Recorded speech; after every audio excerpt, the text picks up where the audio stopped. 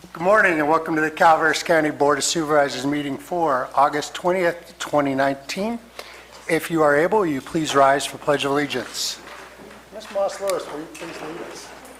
I pledge allegiance to the flag of the United States of America and to the republic for which it stands, one nation, under God, indivisible, with liberty and justice for all. Thank you.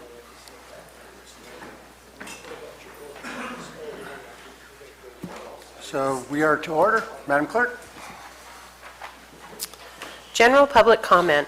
Any item of interest to the public that is within the subject matter jurisdiction of the board and is not posted on the consent or regular agendas may be addressed during the public comment period.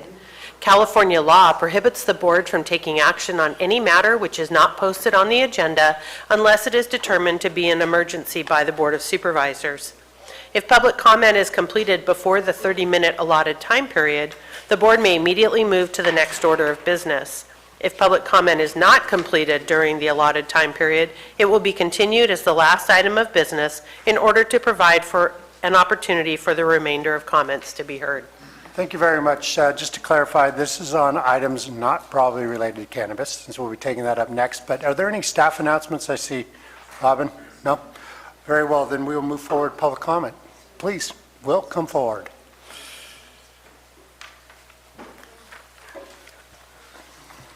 I'm Will Moore from Rancho Calaveras. Greetings, Board. I'm a member of the Hardwood Advisory Committee, not authorized to speak as the committee. In any case, I attended a Society of American Foresters conference this weekend in Mammoth Lakes. I went there expecting to get some presentations on forestry, but none of it was about forestry. It was all about the society. They had a quorum of four there, 4 voting members. They did business, approved the minutes and financial reports and all that. The rest of it was pretty much just entertainment. You know, dinner and wine and gondola rides and so forth and so on. It was a kind of a long presentation about the history of Mammoth Lakes, the geological history and the ski resorts and so forth and so on. So in any case, I'll be attending some forestry burn presentations in the future, and I'll report back to you when I have something to report. Thank you. You will. Mr. Stroud, would you like to go next? Sure. You really shouldn't say my name. Some of these people might use it. Funny, but okay, I can go now. Well, my birthday has come and gone. Last week I was very fortunate that I had a little bit of time in the county, and I got to spend some time with the former supervisors, and I got a free lunch out of it, which I always like. One thing that really surprised me is some of the offices at Calaveras County, you know, they didn't send me a birthday card, they didn't reach out a phone call and just a happy birthday. And I was particularly surprised that Calaveras County Council didn't do that. But what can we do? Recently, about 2.5 weeks ago, I got to spend a week in Humboldt County. I was invited up there by some growers and to take a look around at their facilities. They're looking for investment, and they thought I might know somebody that might be able to help them out. I went up there and decided to spend a whole week and just travel the area, visit with law enforcement, friends, and just see what was going on as far as regulation goes. On one morning, there's a little town, Garberville, and there's a Best Western there, and I stayed there the night. And in the morning, I got up and packed the cooler for a good day of sightseeing. I wanted to visit the Avenue of the Giants, the Redwoods. I punched Avenue of the Giants into the iPhone, and it took me on this, unexpectedly, it took me on this road called Alder Ridge Road. And it goes up this beautiful, beautiful ridge, and you can see for miles. But one thing that I noticed was the number of marijuana grows. Everywhere that there had been an old stock pond, they had now put a marijuana grow there with the hoop houses and everything you can imagine. I arrived at, went further back in there, and I found this area. It looked very much like West Point, old abandoned cars, burned out trailers, and so forth. I decided, well, this isn't too sightly, so I just went back and picked up a map at the store, and then found the Avenue of the Giants. Evidently, the iPhone was wrong, Apple. Yesterday, I had a conversation with some law enforcement here, and they told me to watch a show called Murder Mountain. Well, it turns out that where I was Murder Mountain, and all these terrible things that were happening there, I was oblivious to while I was there. But my fear is that in that establishing a marijuana ordinance, that you might create another Murder Mountain. Carl, come on. We have to stay with, excuse me, we have to stay within the, we're going to be talking about cannabis next. You can talk about cannabis, but you're talking about a specific issue on cannabis. I'm talking about cannabis ordinances. This is not specifically a ordinance. Now, I want my time back. Madam Clerk, why don't you take 20 seconds back? Can we do that? Okay. That was rude. That was rude. And I see you being rude with some of these other supervisors as well. You're not the king of the county, mister. Okay. Yeah, so my concern is that that establishing an ordinance, you might create another situation in which a very rural area might become a murder mountain, and we might see a similar situation because it is off the beaten track. And as the sheriff department has said, it's a long, windy road to nowhere. But I do support regulation. I support regulation that is thorough and Thank you very robust. much.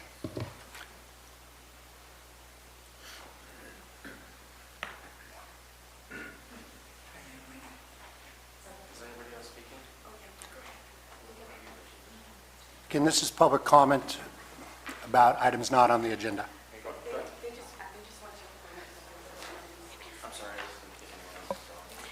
Good morning, Bonnie Newman from Double Springs.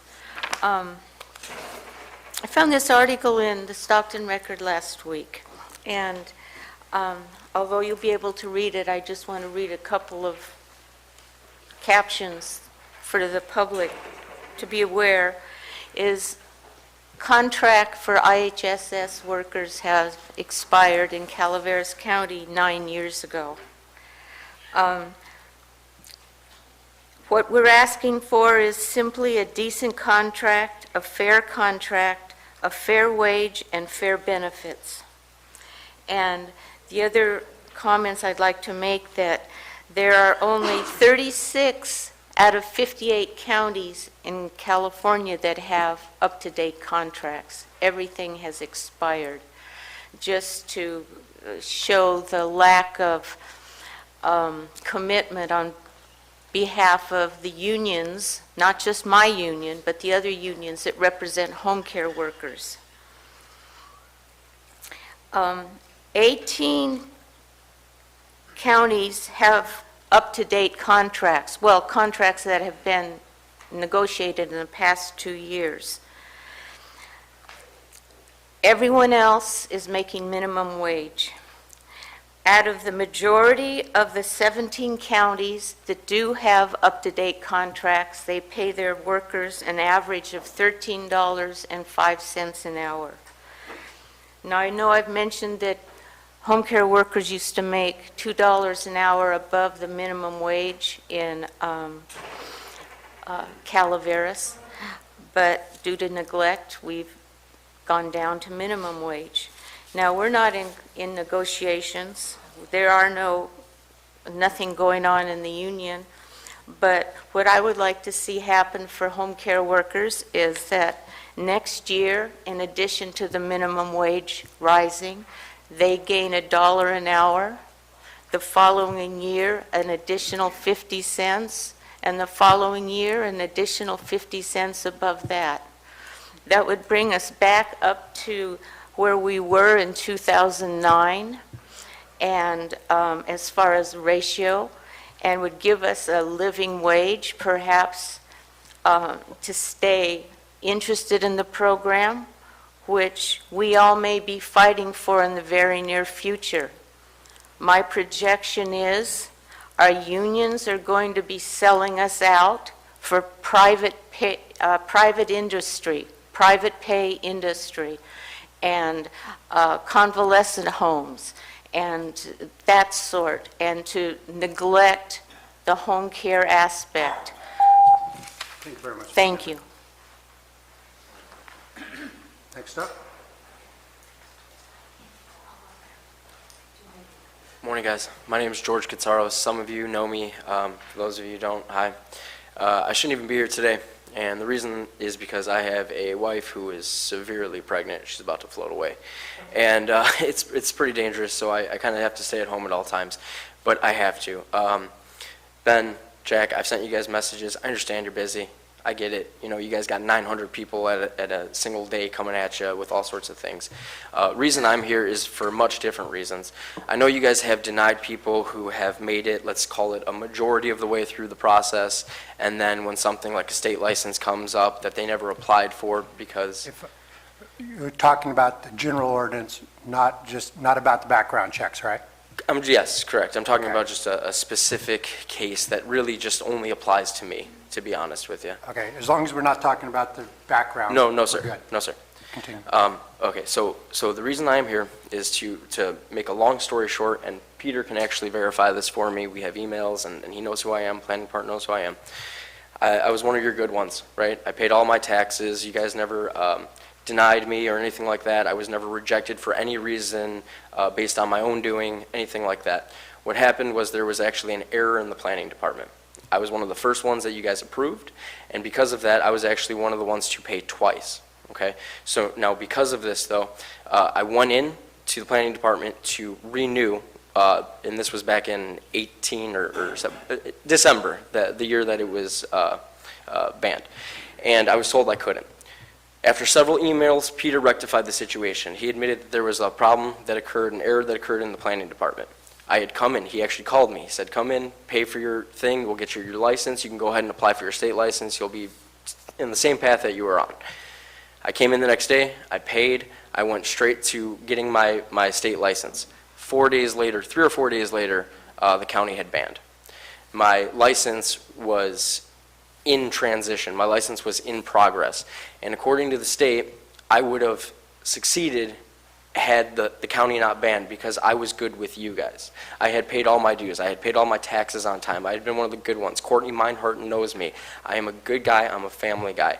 All I'm up here to say is I pray, I hope that you guys will consider to make certain adjustments. Other counties have the ability to say, well, this person, you know, has passed all criteria, but their whatever checks or something doesn't work out, we have the right to deny them because they're not a good person, because they're not actually doing the right thing, because they're involved with crime or whatever the case may be. Counties have a right to also say, well, this person passes a majority of the things. They're a good person, they're within good standing, they've been paying, we're going to allow them in. All I'm asking is for you guys to allow me back in. I can show you the emails, I can show you everything, I can show you that it wasn't an error on my part.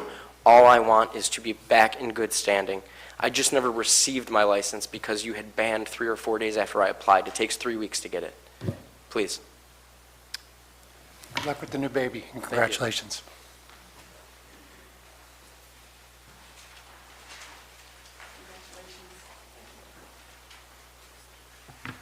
Marty Crane, Calaveras Planning Coalition. Last month, you argued for progress over perfection when you urged the people of Calaveras County to accept a flawed general plan update, or GPU. It flies in the face of reason to call adoption of a flawed general plan progress when a flawed plan is what we started with 13 years ago. Yet you unanimously agreed to the imperfect plan and consoled the citizens by telling them that the flaws could be fixed with amendments to the general plan up to 4 times a year. You tasked the people with proposing amendments that can make communities safer, reduce traffic, avoid wildfires, improve property values, secure water resources, attract businesses, and retain productive farms, forests, and rangelands. You even told us you would amend the general plan to add our community plans. You are asking the public to trust that their future input will be respected and welcomed. It's difficult to believe you because Planning Coalition members have already worked side by side with their fellow citizens for 13 years for a better general plan. During the last half of that process, our concerns have been minimized, our efforts discarded, our objections ignored, and our trust betrayed. Today, you promise to accept future general plan amendments rings hollow because the county continues to withhold from its citizens the administrative draft general plan done by Minter Harnish Planning Consultants. That plan may contain the very general plan provisions that would fill the gaps and fix the flaws of the GPU. That plan could provide the basis for amendments to the general plan that would provide us, if not perfection, at least something more than substandard mediocrity. The 2011 Minter Harnish plan cost taxpayers over $900,000. It was based upon 3 valuable rounds of vast public input collected from hundreds of regular people who attended workshops held throughout the county, including places neglected by the GPU, like Arnold, Murphy's, Copperopolis, and Valley Springs. It is the finished work product of a local government contract. Under the Public Records Act, the Minter Harnish plan was previously requested by the Calaveras Planning Coalition and the Calaveras Enterprise, 2 entities both keenly aware of the public's right to know what's in the Minter Harnish draft plan. If you are serious about public participation in amending the general plan in the future, if you want the public to trust that their input will be received and respected, then put this item on your agenda as soon as possible, vote to waive your acclaimed privileges, and release the Minter Harnish administrative draft general plan for all to see. Such an act of good faith toward building a better future together will speak much louder than your empty words. Please restore a little of the people's faith in the transparency and justice of their local government. Thank you. Thank you, Marty. Next speaker, come on up. Good morning. I'm Judy Robertson from Murphy's downtown. I've been up here before, but some of you are new here. I was a teacher in the Bay Area for 40 years. You all know Torlixon, I'm sure. I was on the Drug Prevention Board in Contra Costa County for many years. And the only thing we ever got done was changing needles so that they were clean. We tried to do the DARE program. We tried to start new things that would protect children. I'm here for those who can't vote for themselves, and that's the children. As I said, I see them all as innocent promises of the future, and I can't say enough to not be blinded by gold. Don't do this. I'm asking you to hold on to the ban for the children's sake. Thank you very much. Neil. Good morning. My 2 children are safe, and I think there are a lot of safe children here in Calaveras. I'll just let that stand. We are agriculture, and to continue down this road that Ms. Moss Lewis has created, it's really rather indefensible that we are a potential nuisance is really just not true on its face. You know that we are farmers. And Janice, you've done a great job of chasing almost every good farmer out of this county. There should be a focus on going after the people that fail to participate in this. There has been no concerted effort other than to go down the list of registrations, people that were trying to work with this program, and go after them when there are admittedly a couple thousand illegal farms that never registered, never did anything, and they get ignored and left to operate, maybe 3 or 4 a week. But what kind of deterrent is that? Why is anyone going to want to be, well, first of all, you're not going to allow other people to come into this. You're restricting it down to the 25 number as best you can. And we will continue to jump through your hoops to get this done, to make this work properly. But, for instance, I know the county isn't willing to adopt greenhouse gas emission reduction standards, as we've watched you discuss, but you're going to impose them on us. No tractors, no ATVs. Go and tell any other rancher in this county that he can't use a truck or a quad, and see what kind of reaction you'll get, because I'm telling you now, if you're paying attention, that this is going to come to everyone's front door. It's not just us, the cannabis farmers, that are being treated differently here. As soon, everyone will be. And I just would appreciate a little more honesty in this whole thing. We are not different than our other agricultural right-to-farm county citizens. So just consider that, please. The children are safe, and they will continue to be. We love our children. Thank you. Thank you. I'd like to remind the public to address their comments to the board and not attack staff.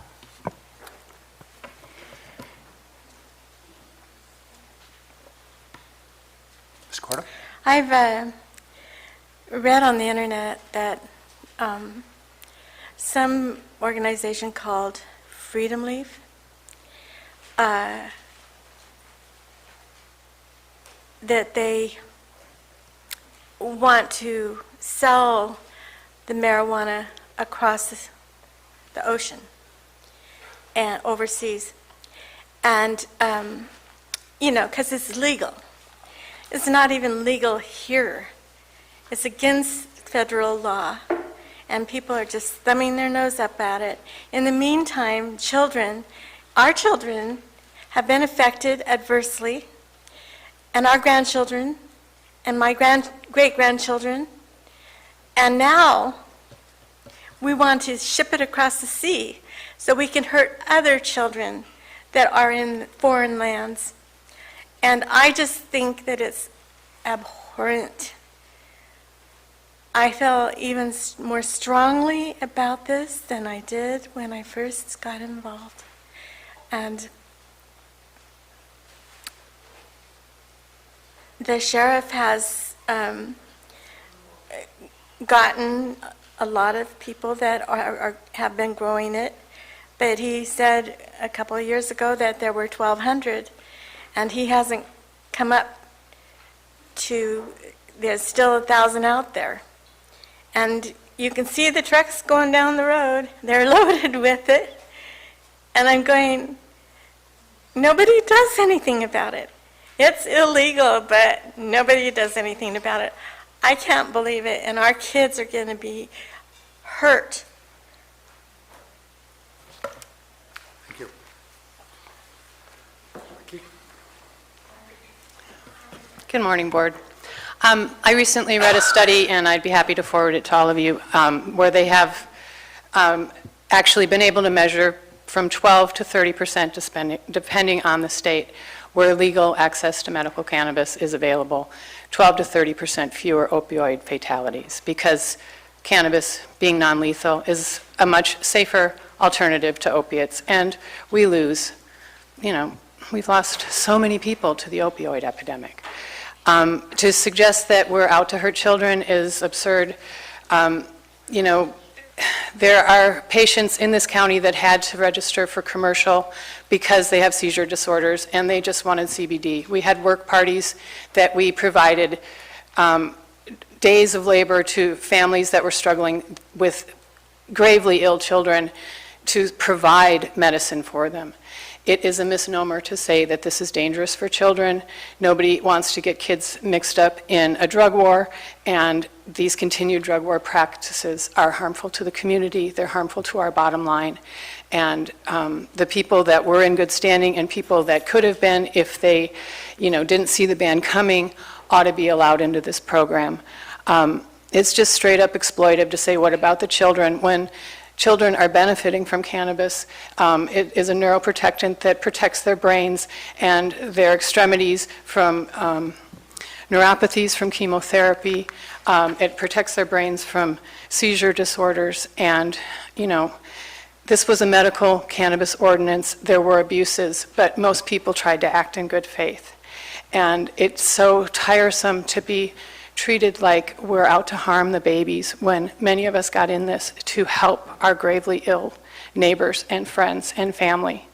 We're not all gun-toting thugs. We're family members. We're mothers, fathers, sisters, brothers, grandmothers. And we do this to try to help people.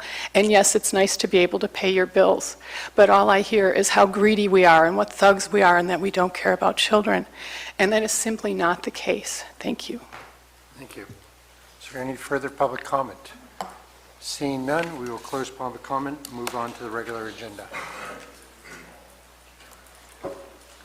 Excuse me, Alice, were you waiting for public comment? Yes, sir. Okay, if other people have public comment and are out there in the hallway, I will ask that they come in. If I don't see it by the time Alice is done, I'm going to assume this is the final public comment. Alice? Hi, I'm Alice Montgomery, District 3, and I want to thank all of you supervisors for your hard work and the staff, if I may say that. Good morning. State of California registered environmental assessor and upping my Fed registered assessor as well. I need to talk to you this morning, first of all, about the general plan. Thank you for finishing it. One of you, quarter century on, should be appropriately and accordingly affirmed. This is a good thing. We finally got the general plan done. The addendum, I want to talk to you about the addendum that I saw to the cannabis regulation. The addendum contradicts itself. Reading it, I know it's not Peter Mauer's writing. And it is something I'm very concerned about. One thing, it says you need to comply with state and local regulations, but it doesn't address federal regulations, and you can't get out of that by just not saying it. So that's important. That's OSHA, hazmat, and it specifically talks about hazardous material and hazardous waste handling. It's just local and state regulations. Well, we can't do that. We could pretend, but we get in a lot of trouble. The other thing is mitigation. The whole thing about mitigation to me is not funny. It's the opposite of funny. I know how to mitigate. Mitigation has never been done since we started. The urgency ordinance, no one has mitigated anything. Very few environmental professionals have even gone on inspections. So to say mitigation and throw that out there, it really is not something that's going to happen. It hasn't happened, and it's really, really expensive. On 8/19 at 3:47 p.m., I called the California Office of Planning and Research and talked to Ming. I read him about the addendum that's proposed to the regulation. And what he said is, it is illegal. It is illegal. This addendum, as written, is illegal. Now, he also said, our local planning director is our top dog when it comes to CEQA. But he also said at the state level, he can't break the law. So it's not fair to ask Peter to put something out like this knowing, we know that this would break the law. So I need all of you to really understand that. And with environmental regulations, the burden of proof is different. It is not innocent until proven guilty. It is known or should have known. Very important. 625 people as of today have self-transporting licenses. This is proposed. Over 4,000 growers. So now you want 190. What you've taken is you've taken a link out of the chain of custody. Those self-transporters are also supposed to check the efficacy of the marijuana. So if you remove that and have the growers self-transport, it may be convenient for them. It's not good for the patient and the buyer. I want to thank you so very much for your time. Have a great day. Thank you very much. Seeing no one else, we will close public comment and move on to the regular agenda. Item 1 is from the Sheriff's Department to introduce and waive reading of an ordinance adding Chapter 9.22 entitled Cannabis Background Clearance Badge to the Calaveras County Code and authorize a summary publication of the ordinance. Thank you. Under Sheriff, we will get going. This is the first reading of an ordinance. Madam Counsel, do you want to sort of tell how this process generally goes, so that public and board are well aware of what our process is? Sure. When the board adopts a non-zoning ordinance, there has to be 2 readings before the board. One is an introduction and waiver of the reading. That is where it is a hearing, the public weighs in, the board gives direction, and fully introduces the ordinance. If there is no substantive changes, then it will be published in the newspaper, or a summary would be published in the newspaper, and then the ordinance would come back at a later date for adoption. So today is not adoption, no final action. And then if there is substantive changes to an ordinance that is brought forward for introduction to the board, and the board wishes significant or substantial changes to the ordinance as it is proposed, the board has the ability to direct staff to make modifications to the ordinance, and if it's significant changes to it, staff will go back, make the changes, and come back to reintroduce the ordinance as directed by the board. So if there are substantial changes, this ordinance would be before the board 3 times. This time, to reintroduce it based on the direction the board gives, and then brought back for adoption. So that is the general parameters of the government code, and then there are other publication requirements as it relates to ordinances. Thank you very much. And how we'll do this is Under Sheriff Macedo and the Sheriff will make their presentation. We will ask questions. We will then open it up to public comment and then bring it back for further discussion by the board before closing the item and determining which direction we'll go. There are very few faces in this crowd that I don't recognize, so we've all done this dance before. I will ask, in fact, I will insist that we do this with consideration for each other, respect. I will not tolerate sniping at speakers. If you have a problem with what the county is doing, you can address your concerns to the board. We will not attack staff, and we will treat each other with respect. We've done this before. We know how to do this. I know just about every face here. So let's all work together. Let's have a productive meeting and a respectful meeting that reflects well upon ourselves and our county. With that, Under Sheriff Macedo, you get the ball. Good morning. Jim Macedo, Sheriff's Office. I would trust that the board has had a chance to review the document. This is Chapter 9.22 entitled the Cannabis Background Clearance Check. And it involves the Cannabis Background Clearance Badge that would be adopted under Calaveras County Code. I have one request, at least when we kind of conclude or get towards the end of the day. I can only write so fast, and as far as taking notes relating to changes, having been here before, I know some of the board members are going to request changes, but sometimes it's hard for me to grasp what the group collectively votes to do, so I would just ask for some very clear direction moving forward as a group as opposed to individuals as we conclude at some point in time today, so that I can account for what the changes are. With that said, I'm here to take questions. Sheriff, do you want to make any comments on this before we get going? Sure, why not? Good morning, Chair and board members, staff. I've done some research, extensive research in the last 24 hours before bringing this to you folks. And there's some concerns that I have. So there will be some changes to this ordinance as it stands today. I want to bring some things to light to some of the board members just for information purposes at this point. I know that there's been some concern about some of the fees that are going to be charged for this process. I was in the hazardous waste business for many years, and in order to get into the hazardous waste business, you have to spend 40 hours in a classroom to get a certificate, and it costs you about $245. If you want to get a refresher course, which you have to get every year, it's about $100. If you want to get a contractor's license, it's going to cost you about $1,200. If you want to be a mechanic, I have a mechanic down here that works for us in the shop. He's an ASE certified mechanic. It's $36 to register for the classes, and it's $74 for each test that you have to take, and you have 3 tests you have to take. It's about $258. Teachers pay, substitute teachers, mind you, pay $115 annually to keep their sub-certificate valid. Cops costs us about $5,000 to put somebody through the academy, and if you're doing it on your own, it costs you about $5,000 to go through the academy.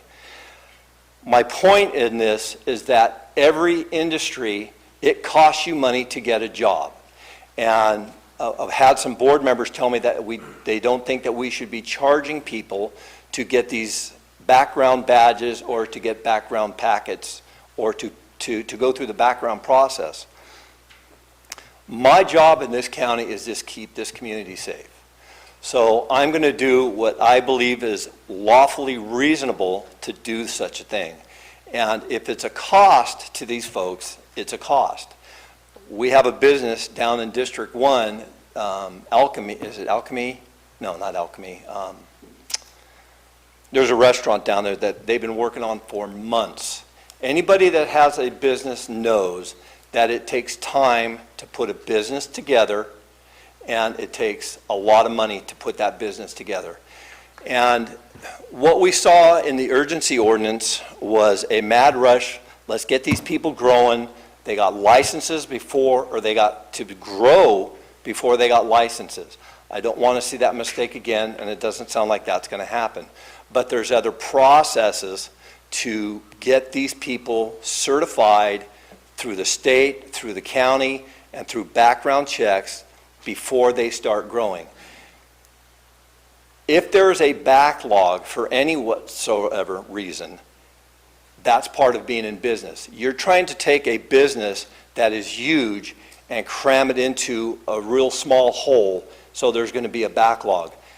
It's not like we have a bunch of contractors standing here trying to get a contractor's license. These are people that is a new industry that are trying to get started in this business, which is, that's fine, I'm okay with that, it's a business. But if there's a backlog, that's part of being in business. It takes time to get businesses. How long did it take you to get your business up and running, or a bar that you may have owned, or anything that you do? It takes time and it takes money. So I don't want to see the county force us, the sheriff's office or county personnel, to get stuff done because you have a timeline, because these people aren't going to be able to start growing on April 20th or whatever the case may be. If they have to wait 6 months, so be it. Again, you have a business down in Valley Springs, I know, has been working to get that thing open for quite a while, where the old Napa was. And I'm drawing a blank on Da Vinci's, thank you. They've been working on that for a while. So if it's something that takes a little bit of extra time, so be it. I just don't want to see us force this process so that people can start growing, because they're going to lose out on 6 months. They haven't been growing for 2 years now. They're still here. If they want to grow, they're going to wait another 6 months and get one growth cycle for the year as opposed to 2. Is it going to cost the county a little bit of money? Absolutely. We're not going to see those extra taxes.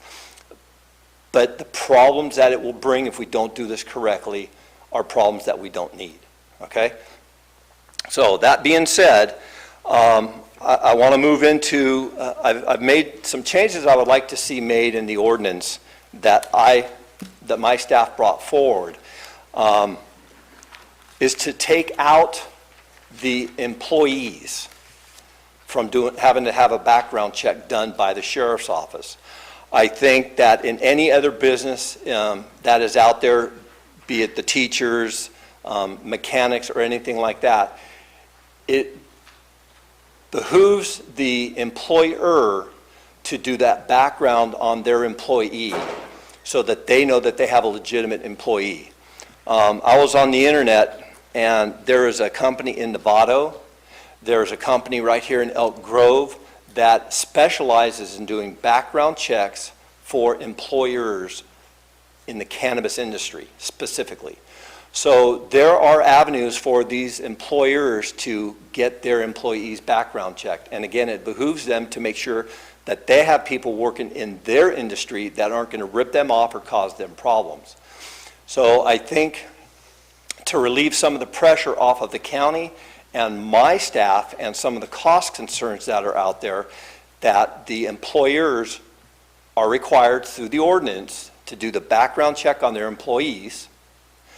Once their employee passes their background check, they bring that name to the sheriff's office, and we still are going to be issuing an ID card so that when my folks or co-compliance or anybody shows up on that site, they know that that employee is supposed to be there.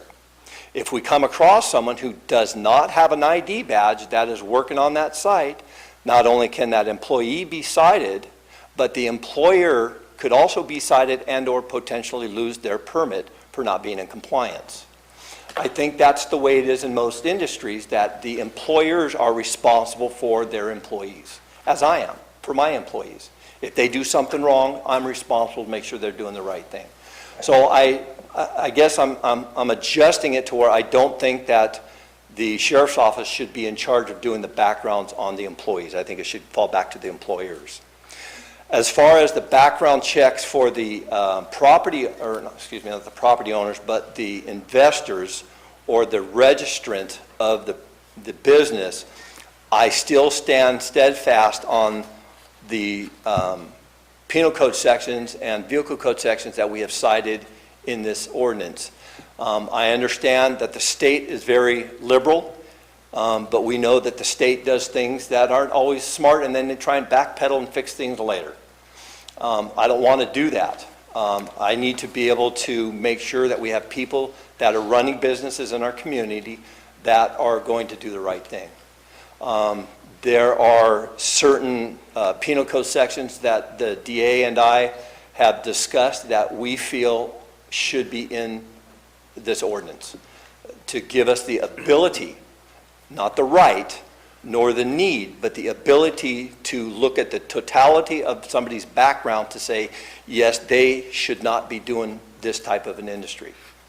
I've heard that, you know, we have wine growers up here and tomato growers and avocado growers and olive orchard growers that don't have to do backgrounds. And you're right, they don't. But those entities don't have a black market feel to them like this cannabis industry still to this day does. When the feds, if the feds ever make marijuana or cannabis a legal commodity, then we'll redirect it. But right now, it is still a Schedule I drug.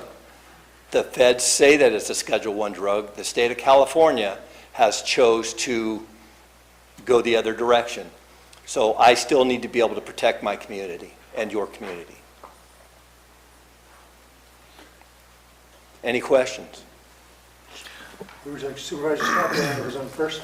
I do it. And thank you, Rick, for bringing up the employee background checks. You went down a route that I was going to suggest, you know, in one form or another, and I can appreciate that. So if the employer gets the employee background check, and then you'll have to do another fee schedule on what the cost will be to once check what they hand into you and then print out that ID badge. So that the full cost won't be burdened on them for what would be on the business owner per se. No, there are sites out there that, and you can look at some of those sites that I told you about, that I don't know what their rates are, and there are different rates for different levels of background checks that they do. I'm not expecting the employer to give me that background. Again, like we cannot share. State cannot share their background information with us, and I can't share it with anybody else, nor can that employer share that background information with me. What they can tell me is that this employee, Rick DiBasilio, is cleared so he can start growing, he can start harvesting marijuana. I need you, the sheriff's office, to do the ID card so that you know that he can be on my site. So it falls back to the owner. Now, California's law changed in January of 2018, and they call it the box law, I believe. And what that means is that any employer that employs more than 5 employees cannot ask for a criminal history from the employee until after they've offered them the job. We do the same thing. That's California law. So basically, if I'm only going to have 2 trimmers, I can ask them, hey, do you have a history? And I can probably get away with that. If I have 5 more employees, I can't come to you and say, hey, Ben, fill out this background packet and tell me if you've had any convictions. I can't do that until after I tell you, hey, Ben, I'm going to go ahead and give you a job contingent on your background. So the laws in California have changed, as we're seeing them change all the time. So that's where I think it's going to behoove the business owner to make sure that their people are background and that they're clean. So we have a little bit of cart before the horse there with if they have 5 or more employees, they're going to have to hire the employee before they can legitimately do the background check right now. And then if they hire the employee, do they pay him and not have him on site before they get the registration card from you? No, I don't. Here's the way it's going to work. If you come to me and you say, Rick can go ahead and work on my site, we're going to go ahead and start the process. And I don't have a problem with him working on the site prior to him having that card, but he has to get that card. If we're holding that process up, then we'll try and expedite it. I'm not going to stop people from being able to work without the card, but I have to know that that card is in process. I have to at least have their name in my records so that if my guys show up, they can call and say, hey, is this guy supposed to be on the site? That should definitely be a consideration when we do the second reading and so forth, is setting that explicitly in the ordinance, saying that Absolutely. there's that time frame in there, that buffer time. Well, and it's the same thing. I mean, when I was in the automotive industry, I could be a mechanic while I'm getting my certificates. It's the same thing. Right. So I don't have a problem with that. When the wastewater industry, I have my operator in training time before I get my. Again, that is standard in the industry. Yes, sir. We're going to get into this conversation on all these determining factors for possible denials. I just want to ask you, prior to us getting into real depth and working through all this, number 12, any analogous convictions under federal law or under the laws of another state, is that pretty encompassing in your mind? What's number 12? Number. It's on page 5. It's, yes, page 5, number 12, right at the top. Repeat your question for me, Ben.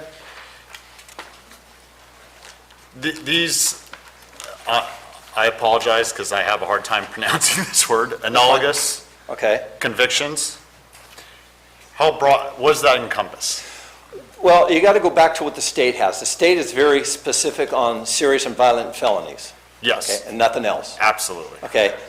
But there are, and I've spoke to this before, that there are certain crimes out there that law enforcement as a whole feel are still violent and serious enough that we should be able to disqualify somebody for something. Hence, assault on a peace officer, domestic violence, and there's an array of them in the previous numbers from 1 to 11. So this just is a catch-all that if there's any other laws outside of the state of California, because it's funny, if you've never been to another state, and I've been to a lot of seminars in different states where they have a class 1 misdemeanor, a class 2 misdemeanor, a class 1 felony, and a class 2 felony. And for us, we look at it and we say, okay, that's a misdemeanor, that's a felony.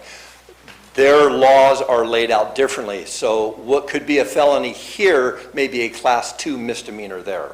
So it just gives me the latitude of stating that that is still a serious enough offense, conviction, that we deem that it is not appropriate for this person to be working in that industry. Understood.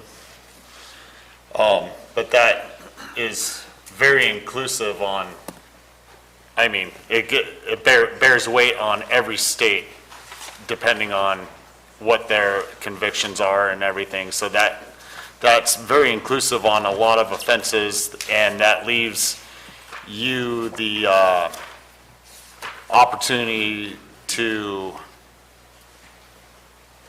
sorry, I'm reaching for the word. Once you find these out from other states, the III background check, at that point, it's left up to you to decide whether that's a serious offense that could jeopardize. That's what you our pay me to do. citizens. Right. That's my job. Right. Understood.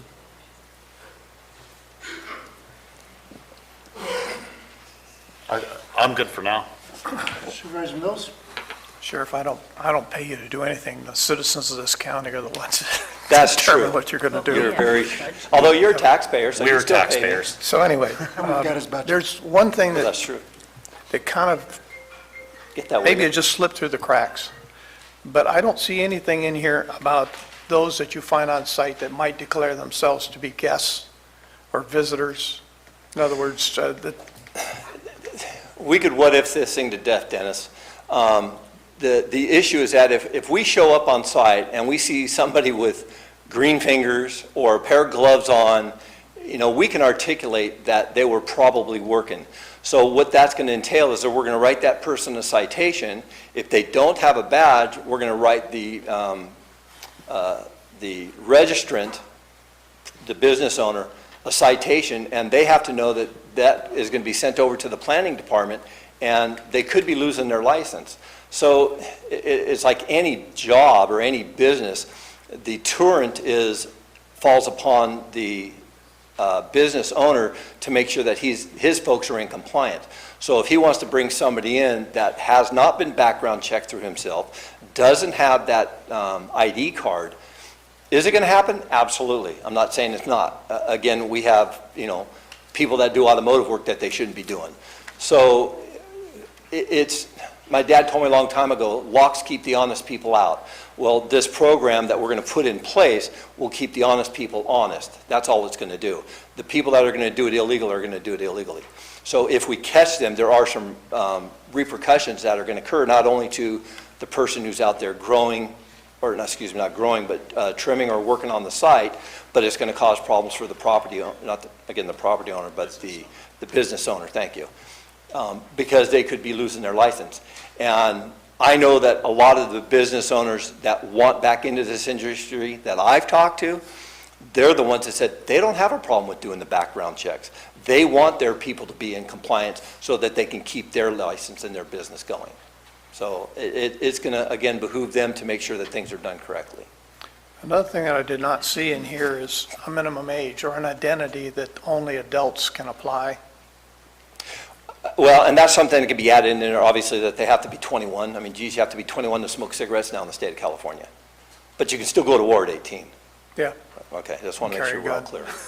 So, but that can certainly be added, that we add the age of 21 for a worker, that they I have just- to be at least 21. It was just something that was concerning, as to identifying what is the age break point. Yeah, it would be 21, because that's legal age. Okay, that's all I have for now. Okay. Sheriff, I have a couple questions. First, I'll argue on the 21.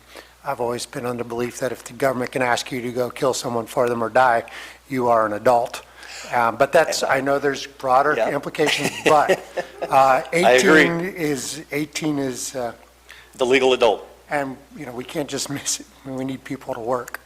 We can't have everybody just spin their wheels for 3 years waiting to turn 21. But we could discuss that. What I'm curious about is, when we talk about the employers doing the background checks, I'm just trying to think of logistics, how this works. What are they going to be checking? Or, is it every employer's got a different standard? Are we going to set a standard for what sort of a clean background. I'm just thinking, okay, Rick's Cannabis Farm, it needs to hire Jack. What is the sort of, you tell me, Jack, go get a live scan or whatever it is. I come back and say, I have, my live scan came back clean. And I go down to the sheriff's office with the piece of paper that says, my live scan went back, went clean, Rick vouches for me. I mean, is that it? Or sort of where are we at? I'm just trying to figure out the pieces. And this is all new, so I haven't thought this all the way through. Here's something that a lot of people don't really understand. I'm going to step aside and let Under Sheriff Macedo swing into that one. Go ahead, Cap, or Under Sheriff. Excuse me. There's two different ways to handle that. You could send the entity that's doing the backgrounds. Actually, let me back up. We'll have to establish a custodian of records under the State Department of Justice. The Sheriff's Office already has a custodian of records. It's our records manager. But we would have to establish a custodian of records chain between the entity that's doing the backgrounds and our office.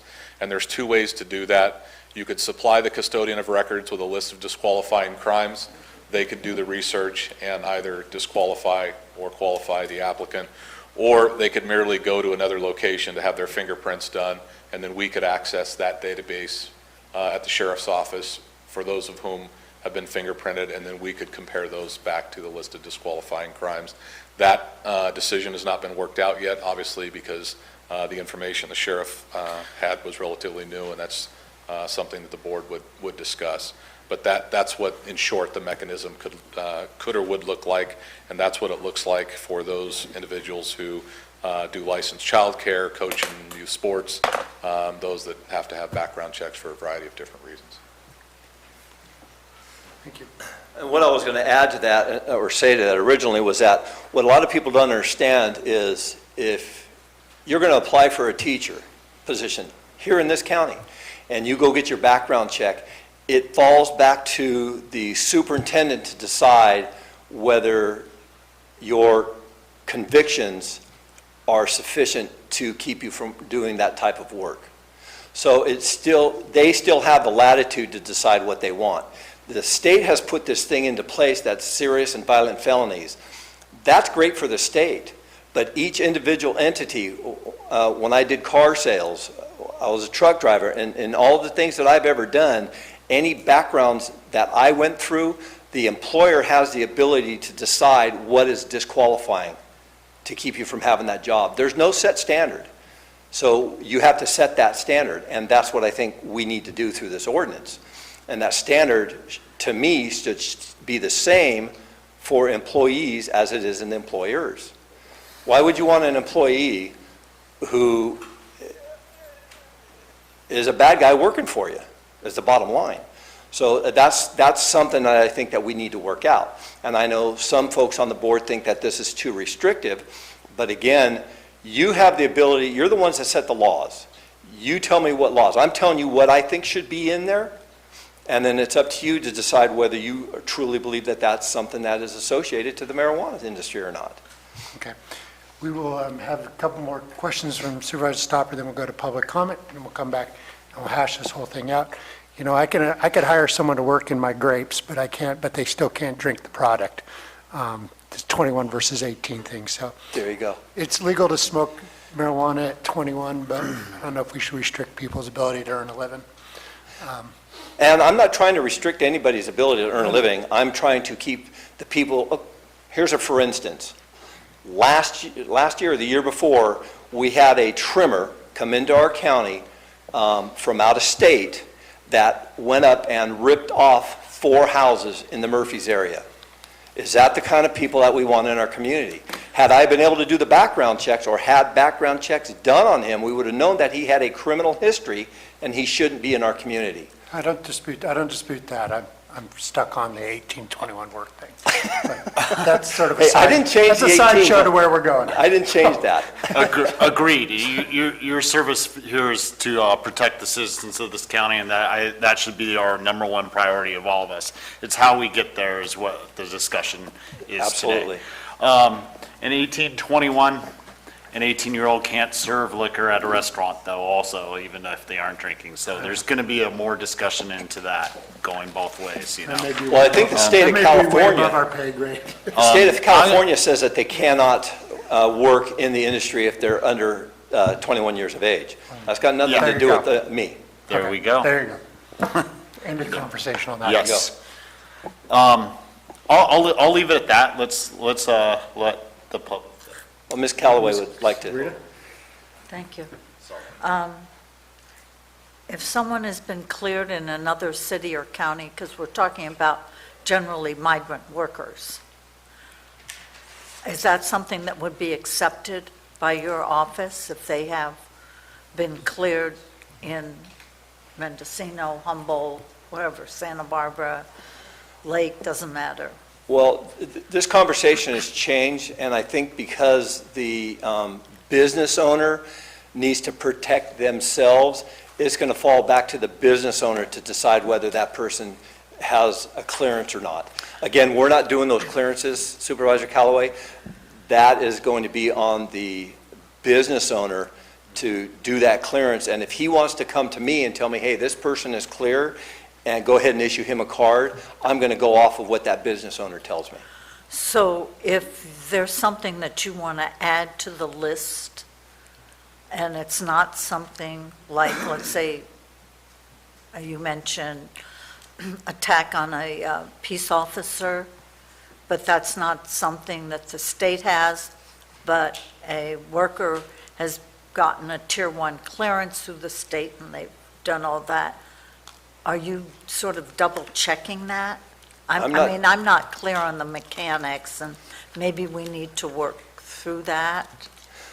I'm the employer, I've hired someone, they've been cleared in, Lake County or Mendocino or wherever. When you say cleared, They've gone through the background check required by the state. Okay.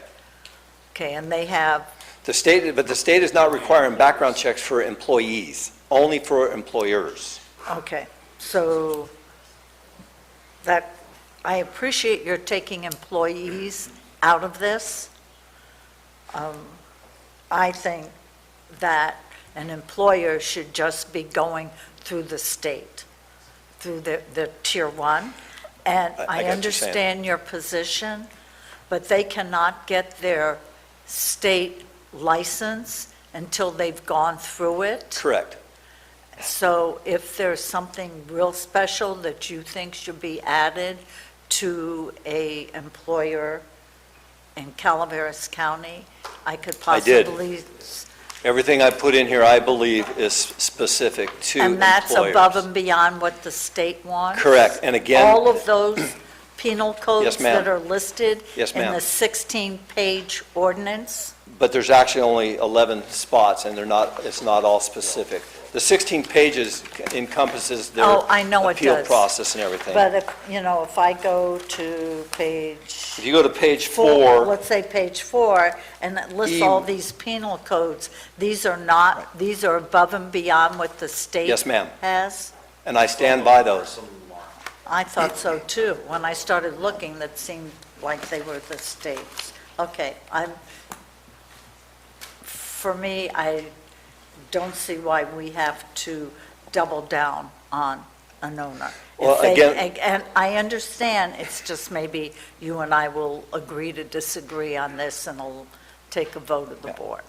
Yeah, I want to make sure that we're clear that the state only takes certain, certain crimes that are considered serious violent felonies.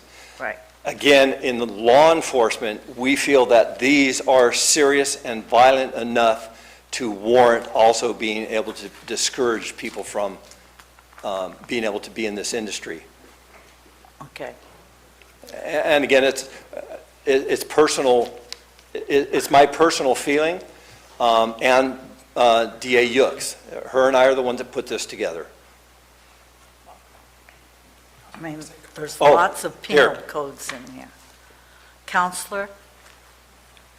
I'm Brad Jones. I'm Deputy District Attorney. I'm here for Ms. Uke today. I thought it would be helpful if I said a couple things because the district attorney works so closely with the sheriff in creating this draft ordinance. I had a strong hand in proposing a lot of the enumerated sections that Ms. Callaway, you were just referring to. And to give you a little bit of my background, I've been a prosecutor here for about 11 and a half years.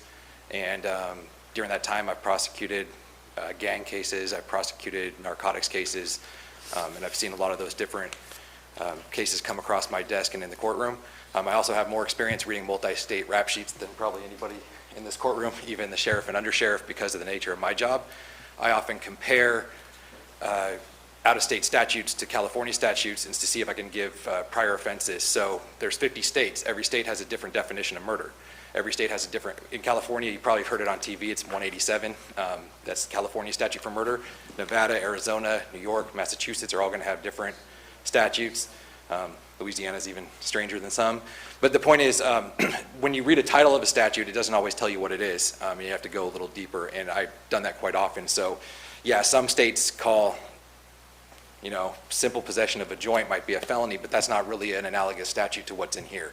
So if you're thinking it's going to be overbroad for some of those reasons, what this is just saying is, hey, as if it's a serious violent felony or something else on this list, in Nevada, that should preclude you. It shouldn't matter where you committed that offense. That should be looked at as the same, and you do that by looking at that statute.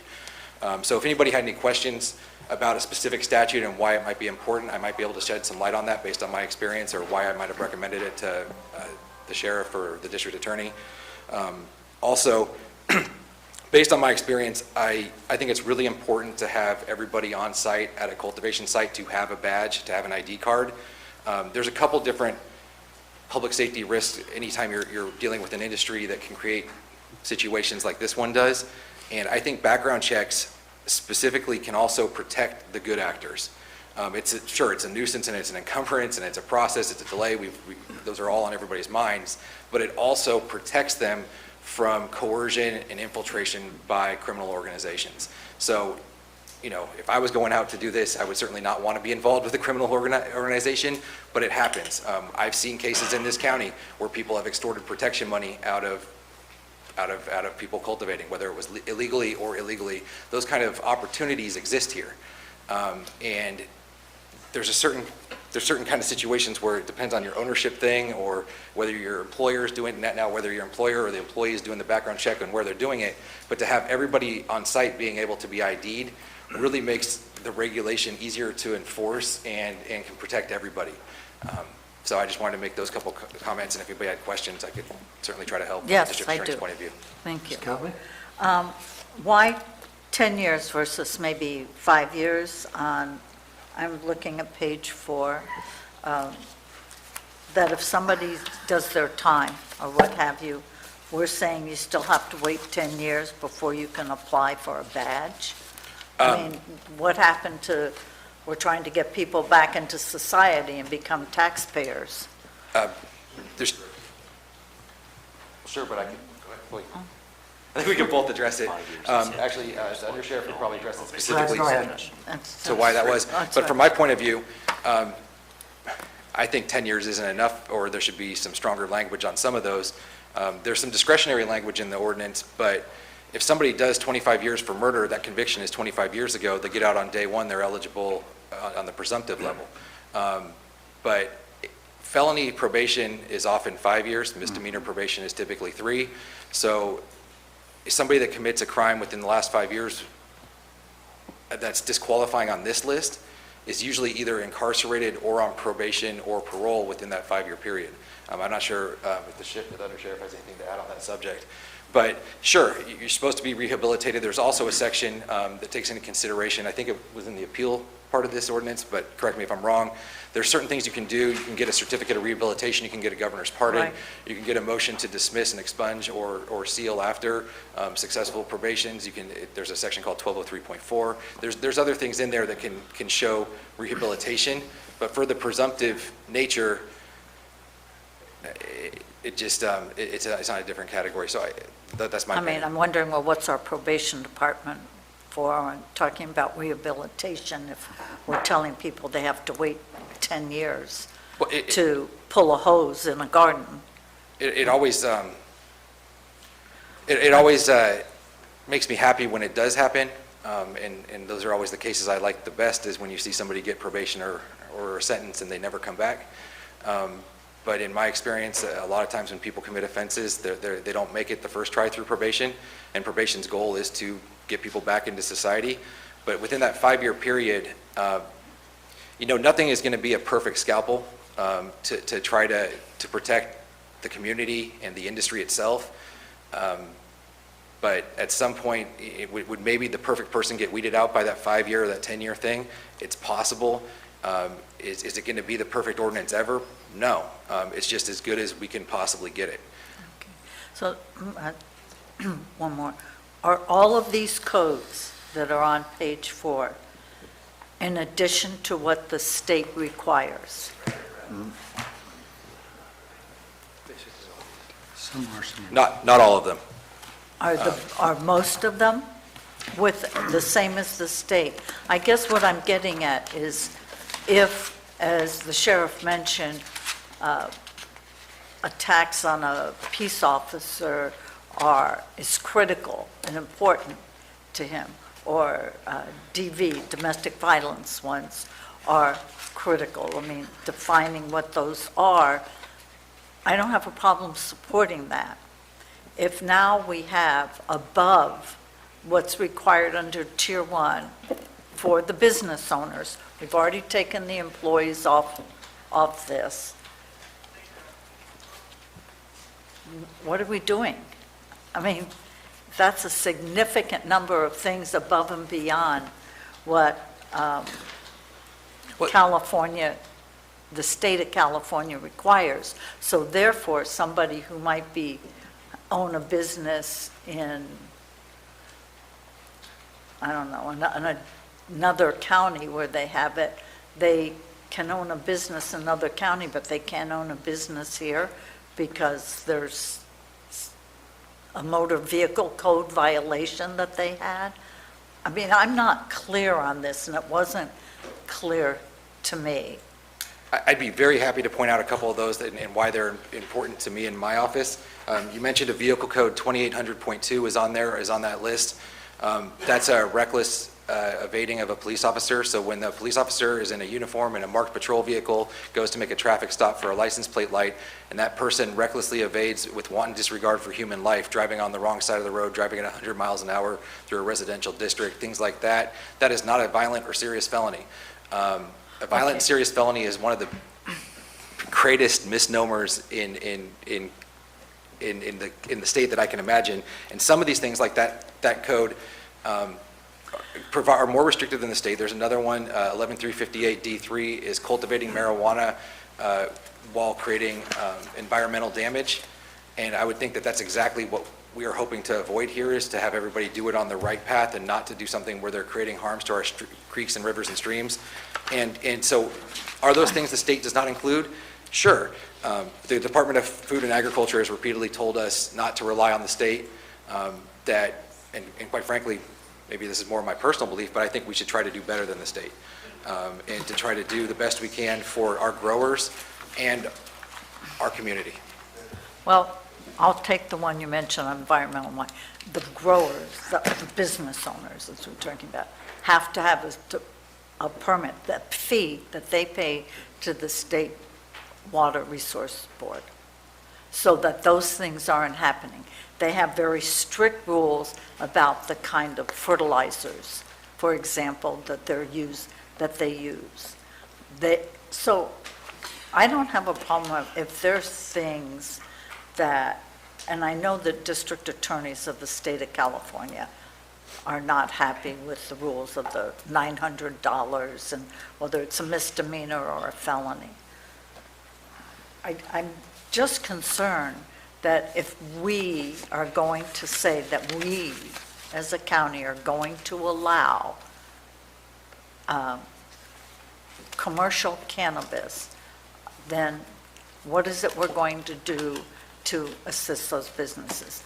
And going back to Measure D, I supported a badge system, so I don't have a problem with that. I do have a problem with creating something that I think is overkill on behalf of Calaveras County. If there are things that the DA and the sheriff really feel that they want to die on that sword, I agree with that, but some of this, I can't. That's my opinion, and maybe we'll just agree to disagree, and I need to move on to some other topics. Okay, but if I could just say one last thing, if there's ever any question on every single statute that I proposed that went through the district attorney and then to the sheriff, I think I could explain to anybody and I think make a rational case for why that particular section was important. Yeah, I guess, I started looking up the penal codes, and then I had to go to the state, and is this included? And it was like, more than, I mean, that's what you and the sheriff get paid all that money for. But if I could just say to Mr. Garamendi as well, I think we both went to Cal. I went to UC Berkeley. I graduated from there. I worked for the UC Police Department. There's a huge difference between, and a lot of times it gets thrown out, somebody that's charged with some of these crimes and being convicted of some of these crimes. A lot of times people say, oh, this could just be somebody picketing or protesting or things like that. There's a huge difference between, like I said, I went to Cal and I worked for the UC Police Department.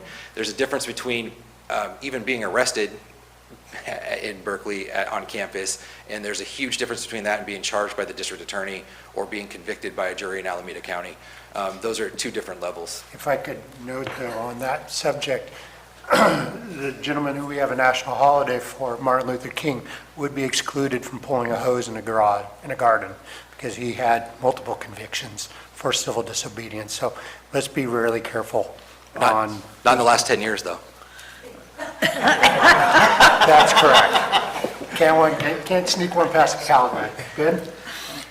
Sorry, I'm sorry. Read it. Yeah, and some of the things my fellow supervisors are bringing up are concerns of mine also, whether these are onerous or not, because they're pretty inclusive. And earlier, where I was going is, so if a joint in another state's a felony, and here it's either an infraction or decriminalized, the way this is written, the way I read it right now, it leaves discretion to the sheriff to pick and choose, regardless of what it is in the state. Now, not saying that I don't trust Rick to make a good judgment, but who knows who's going to be in that position in the future, and do I want to just hand that judgment to anybody in the future?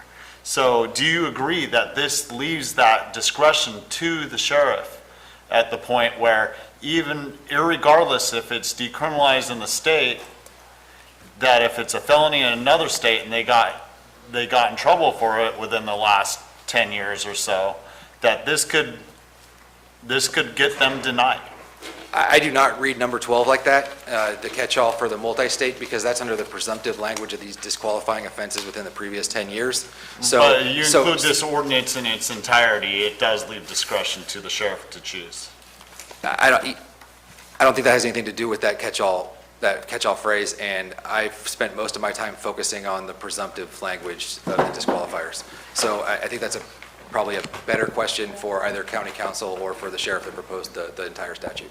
Okay. And then another thing I did have written down is I had a possible suggestion for the 5 years instead of the 10 years in line with felony probation. If I can, I'm sorry. Go ahead. I was going to say, what I think I'm going to guess where we're at is that there's going to be significant revisions to this document. We're going to have to bring it back again for a first reading.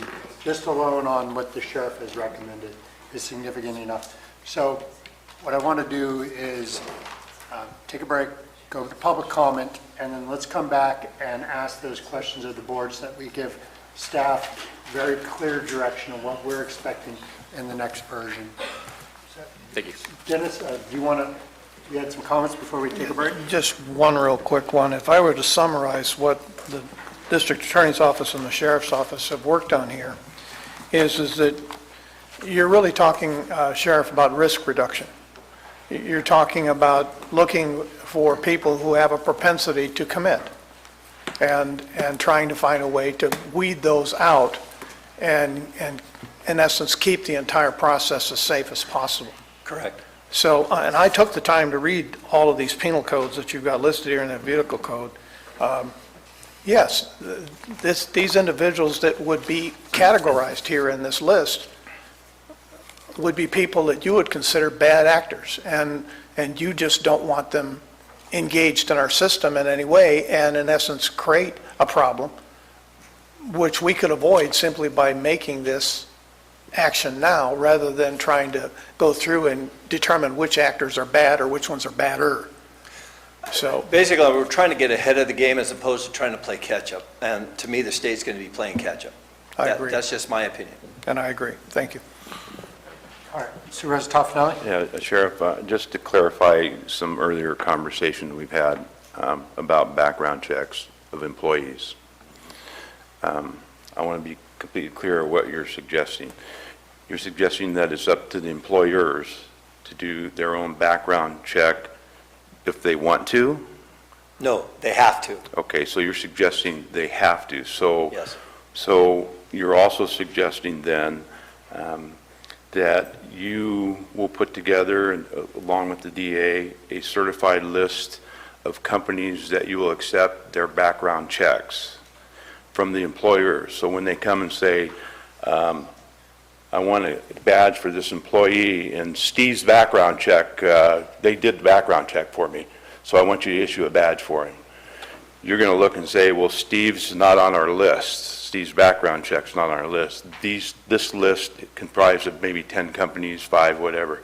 You'll have to go back and get one of these companies to do the background check, except that's acceptable to us. So I'm trying to clarify this so it's very clear what you'll accept and what you won't accept when somebody comes to you as an employer and says, I want badges for these 3 employees. Employers that do background checks typically use, there's a multitude of different services, or like Under Sheriff Macedo said, they can send them to the sheriff's office. All background checks need to go through the Department of Justice. There's not a service out there that's probably not going to go through the Department of Justice. And if I'm incorrect in that and somebody knows, please step up and say something. But all background checks that I'm aware of, true employers go through the DOJ. So in essence, whether you use Billy Bob's background check or whoever's background check, it's still got to go through the Department of Justice. So they will be asked to produce some type of clearance certificate at the time. That's what I'm trying to clarify. When they come to you to issue a badge, they will have to show that they have gone through some type of background check. Right. The business owner just needs to give us something stating that Rick DiBasilio has gone through the background and he is cleared to get to receive a badge. That's what I want to clarify. Yeah. Okay, thank you. Okay, we're going to take a 15-minute break. We will be returning here at 10:40, and we'll start with public comment upon the return. Thank you.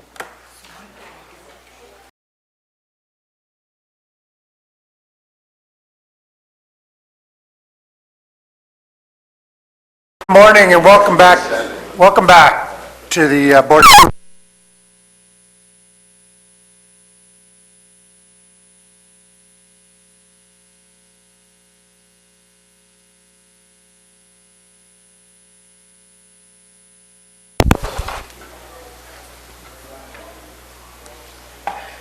All right. Sir, I have a Yes, ma'am. question. Right now, is the public comment on the whole thing, or public comment on the discussion that was just heard? Public comment will be held on the agenda item that's in front of us. The whole agenda item? The whole background agenda item, yes. Okay, not just what was just specifically, No, ma'am. If it's related to background checks, you have 3 minutes. So, we'll begin. I will emphasize again, everybody, please be respectful of each other.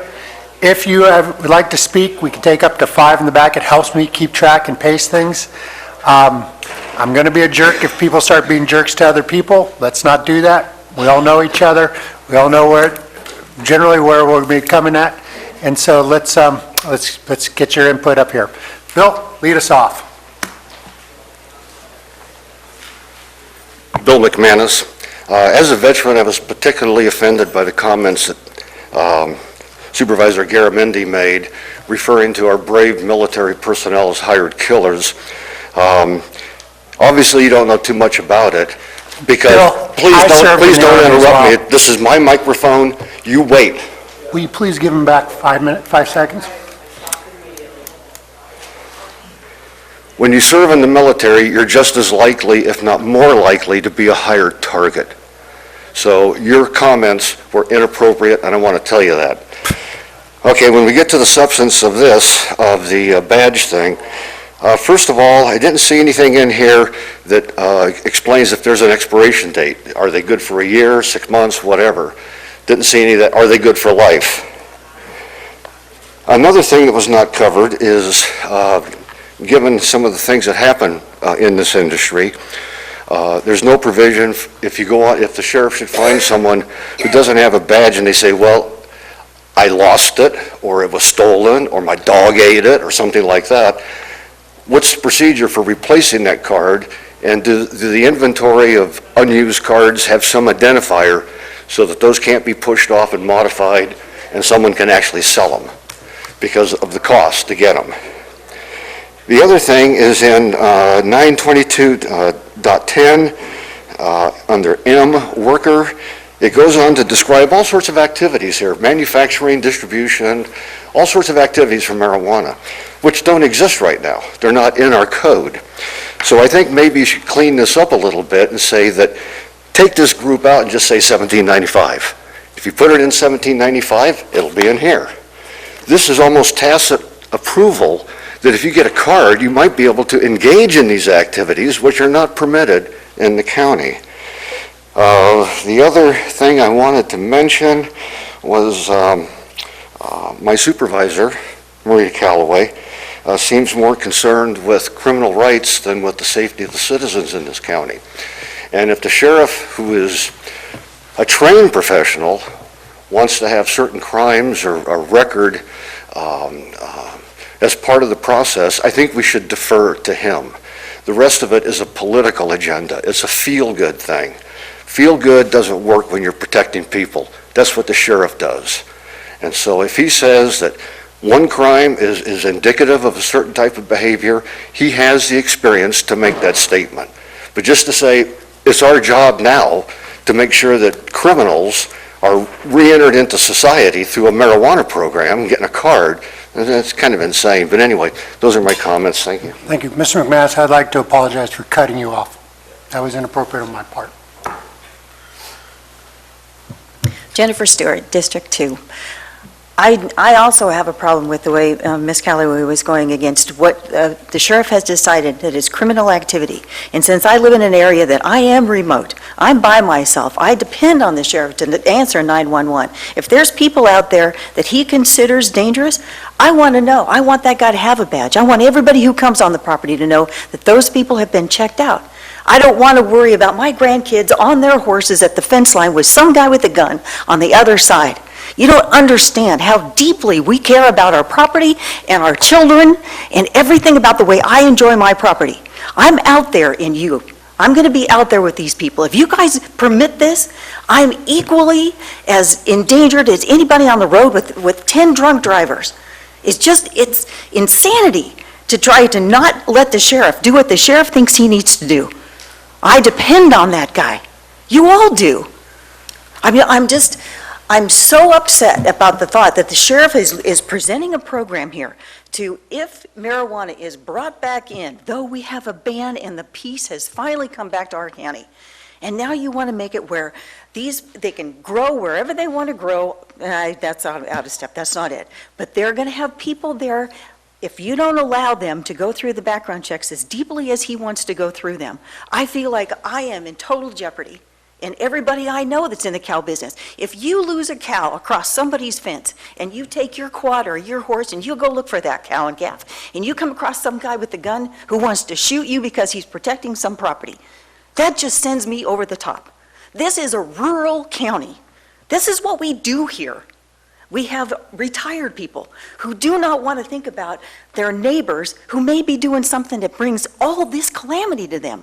There's peace right now. Let the sheriff do what the sheriff wants to do.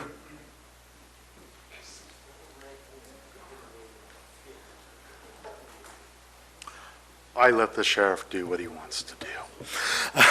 I also let Rita Callaway do what she wants to do. I think that it's a very vibrant community that we have here. Bear with me for a second. I'd like to tell you that Megan Stedfield, your county council, wished me a happy birthday with a smile, and I do appreciate that. And it's the first step to a better relationship.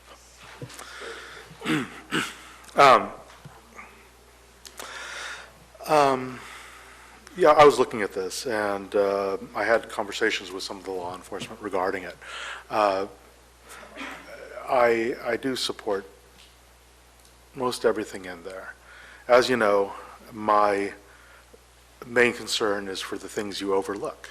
And one of the things you overlooked was the social, the economic justice aspect of this. In it, you're asking people that are basically migrant laborers, that are transient, when they arrive to this county with very little, to set up their own housing, to find work, and pay close to $300 or more at times to register and do a background check with the county. A lot of those people aren't going to have those resources. And what we want to do is foster compliance. And I would say that a good solution for this would be to put it on the growers, not the labor. Pretty much that's, I think, all I have to say. I haven't really gone over this. At this point, it's not my place to interfere with you guys too much when it comes to marijuana. There may be a time when I do interact more, but I have things to do and things to take care of and things that are very important to me. So, with that, I will stick around for the meeting because I enjoy hearing what some of you have to say. Thank you.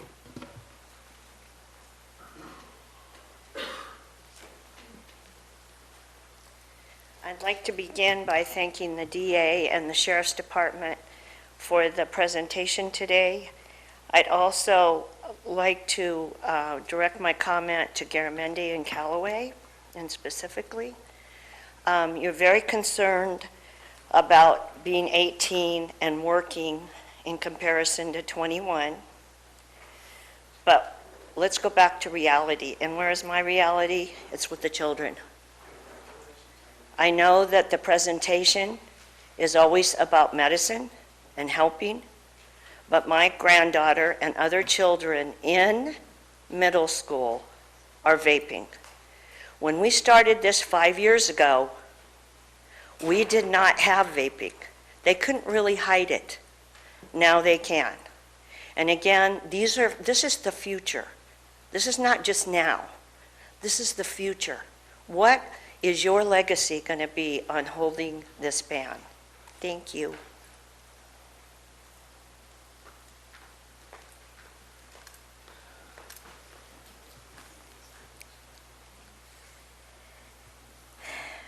I am a great believer in prevention. Marijuana, like many drugs, takes away inhibitions.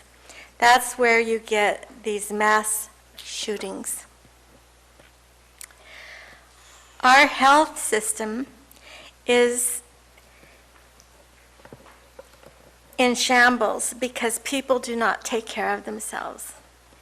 They do not prevent themselves from getting ill. People who use marijuana can still walk and talk, but something in their brain that gives them empathy with their fellow man may have been damaged. My friends' 5 grandchildren were terrorized and 2 of them murdered by a madman wielding a pitchfork, whose drug tests showed that the only illegal drug in his system was marijuana. Migrant workers are human beings too, and so are their underage children. They deserve to have their brains protected and not abused by the greed of employers or tempting parents at the expense to their children's health and welfare. The brain is not fully developed until age 25. Thank you. Next speaker.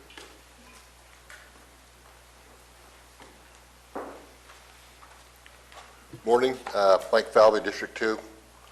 Mr. Garamendi, I was an 18-year-old in the Vietnam era conflict, was drafted, and I took no personal offense to what you said.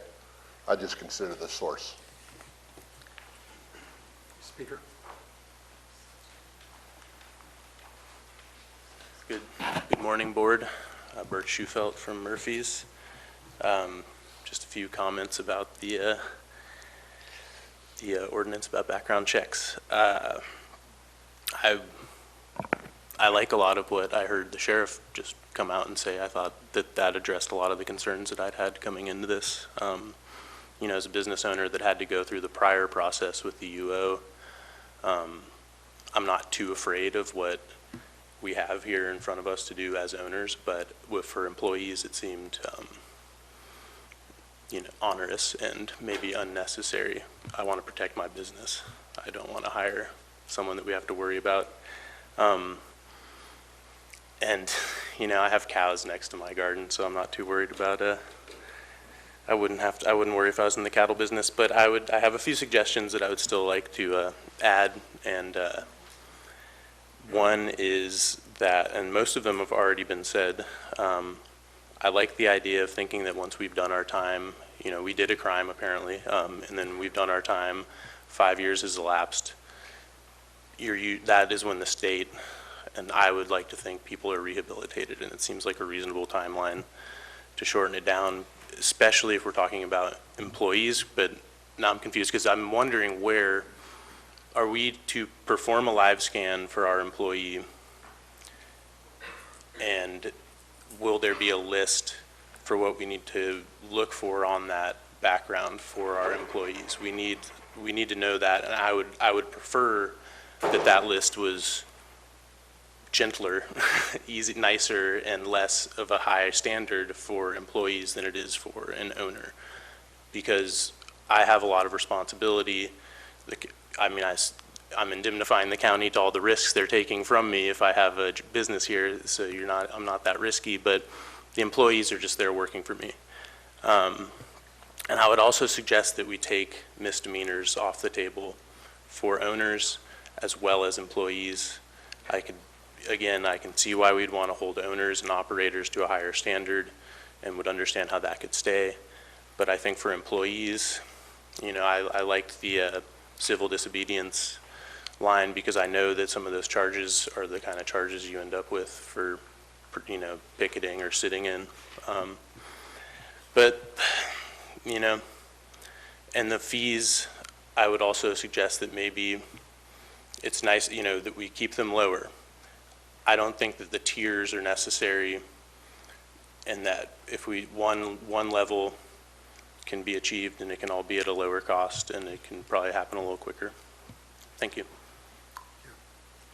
All right. Marty Crane.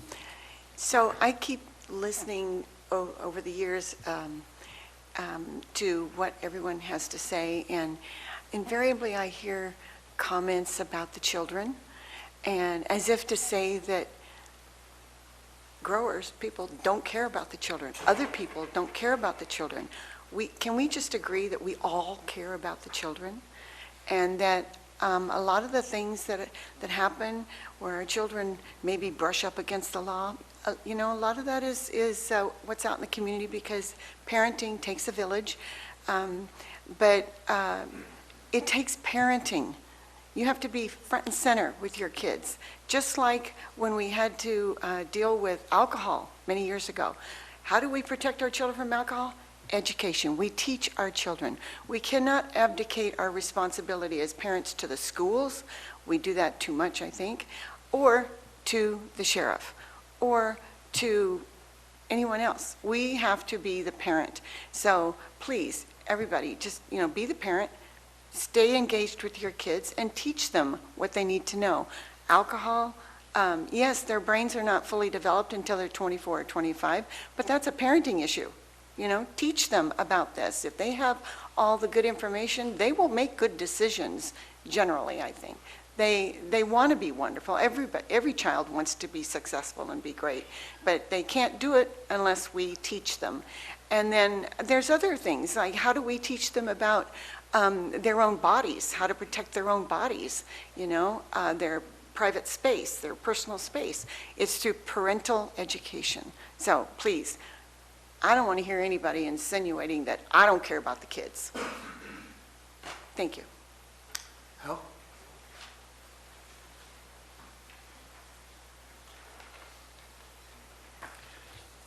No, I'm supposed to be polite, I understand. And it's even comments that might offend Rita. That's your own risk, Al.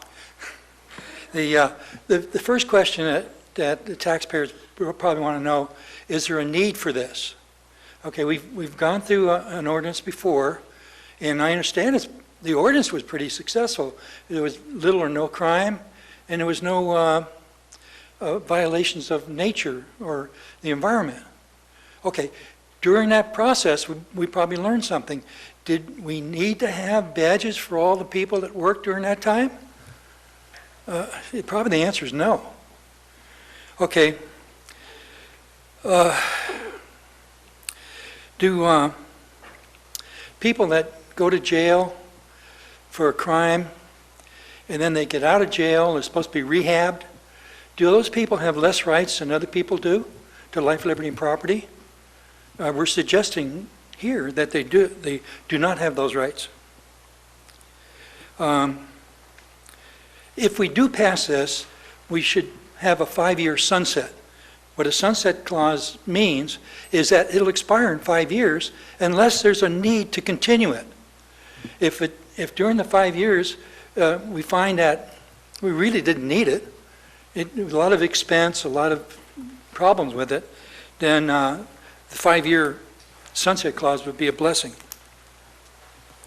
We're going through an industry that's moving from a black market to a normal market.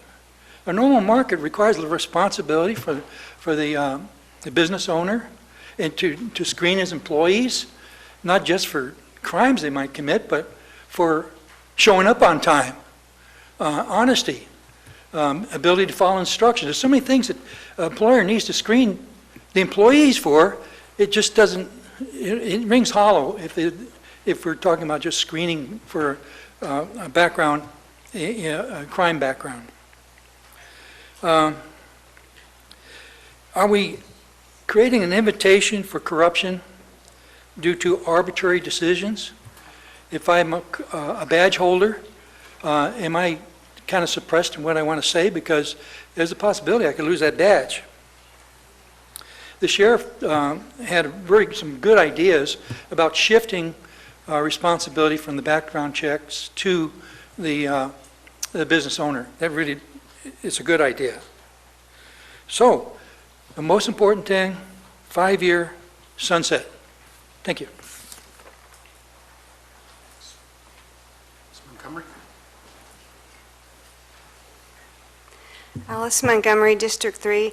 I support the sheriff and the DA. I just talked to the sheriff. They've spent countless hours developing this, and I have to say I'm a little concerned about our own supervisor trying to dumb it down.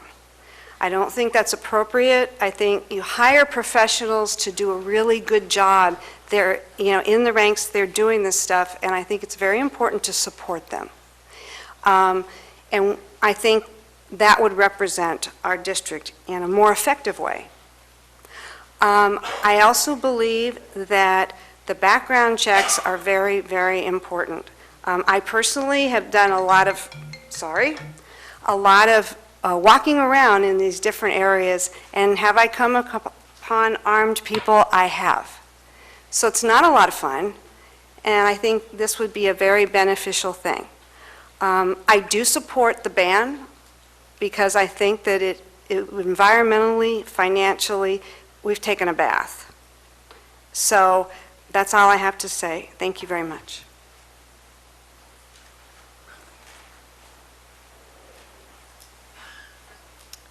First of all, I have a question. Many people are trying to repair and rebuild their properties from the Butte fire, and does this badge system apply to contractors who may be there working on your property? So I think that needs to be addressed, because if there's just random spot checks and somebody is just there to, I don't know, repair your plumbing or your electrical, are we going to lose our licenses over that person not being badged? I think that the state badge system for employees and for owners ought to be sufficient. It took 11 months for my background check to clear, because I happened at the time own property in Colorado, and there were multiple faxes sent to that jurisdiction to find out if they knew me, and those faxes went ignored, is my understanding, because they'd never heard of me, and they're busy people. So we need something that we get cleared in a timely manner. We can't wait 11 months to get cleared on background checks. I don't mind submitting to a new one. 2 years have elapsed, or 3 years since my first one, and if, you know, like you want to check to see that I didn't get any trouble, that's fine. I want to get back to this thing that keeps being said about the tragedy in Merced with the pitchfork murders. That, I looked it up. The sheriff said the official cause had nothing to do with drugs. There were trace amounts of THC in the severely mentally ill assailant's blood, but the sheriff himself said that that was not the official cause. And I just think it's tragic that this terrible thing happened, and then it's brought up as a reason for why you shouldn't let regulation or background checks happen. We should not exploit tragedies for personal gain or political gain. Thank you.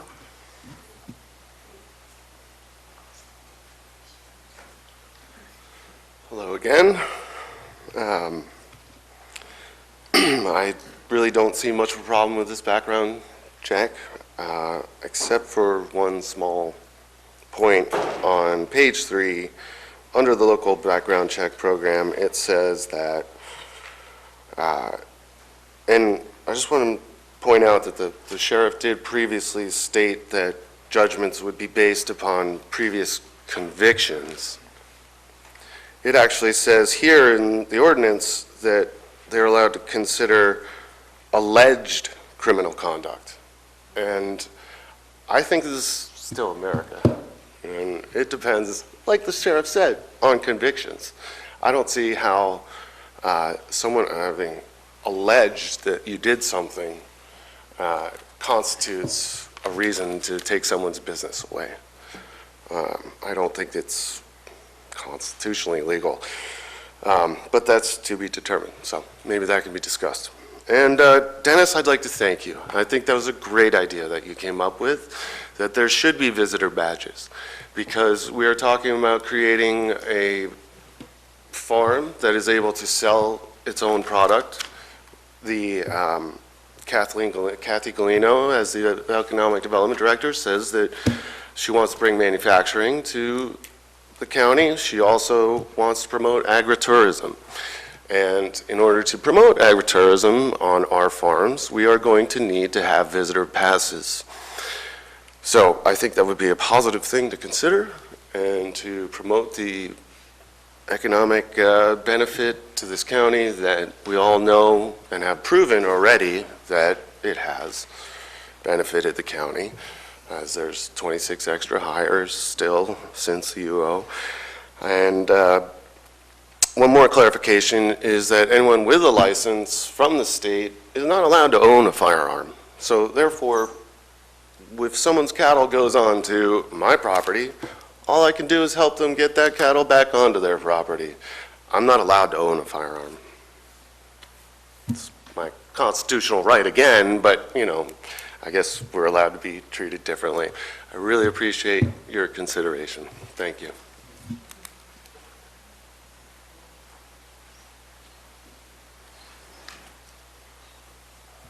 Hi, Dina Morris.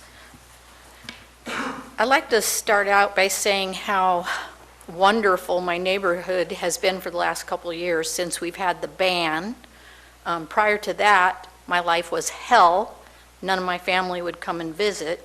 But for the last couple of years, I've had family almost nearly every weekend, and it's been wonderful. And I never thought that I would say this, but I will never take for granted my family coming to visit me. I used to take it for granted.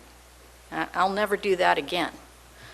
Having said that, I also want to say that the board didn't listen to law enforcement and all the other departments when they said there should be a 25 permit limit. They discussed how the urgency ordinance was a disaster. And now you're talking about allowing 190. Well, it's interesting that San Joaquin County only allows for 20 permits, indoor only, and they have a population of 745,000 people. Yet our county, who has a population of roughly 48,000 people, is talking about allowing 190 permits, indoor, outdoor, whatever your pleasure. Well, I keep hearing the state allows all this stuff. The state only does this. The state only does that. Well, the state doesn't care about our county. They don't have an investment here, and they don't care about the citizens. They're not going to come in and help this county. If you create a mess, they're not coming in to help us. It's on us. It's on you guys to make sure that if you're going to proceed with this, rather than keep the ban, that you have a well-written ordinance to protect your citizens, one that can be enforced, because the growers are counting on poorly written ordinances and poorly enforceable ordinances. So when our law enforcement comes in here and tells you this is what they need to keep us safe, you better at least listen this time. Thank you.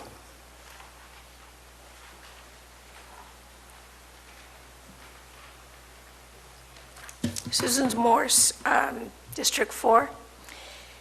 By speaking on this issue, I do not want anyone to assume that I support the introduction of a marijuana regulation in Calaveras County. I support the current ban ordinance. It works. I don't know about the rest of you, but everyone talks about, the residents talk about how good it feels. It works. However, in this case, today where we're talking about the badges, I do support the sheriff's ordinance. He and his department and the district attorney's office, they're doing what they can to protect us citizens. That's their job, as it is your job. So, I just want you all to know, I support the ordinance so we're protected if a regulation ordinance goes through, if you decide to do that. But the one thing that really bothers me is, where's the focus in this county?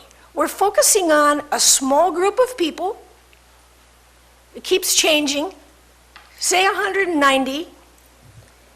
But what about the 48,000 people, the other ones that live here? We must focus on them also. You talk about harm.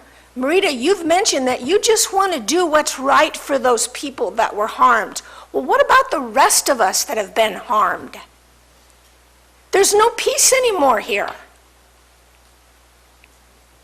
Thank you.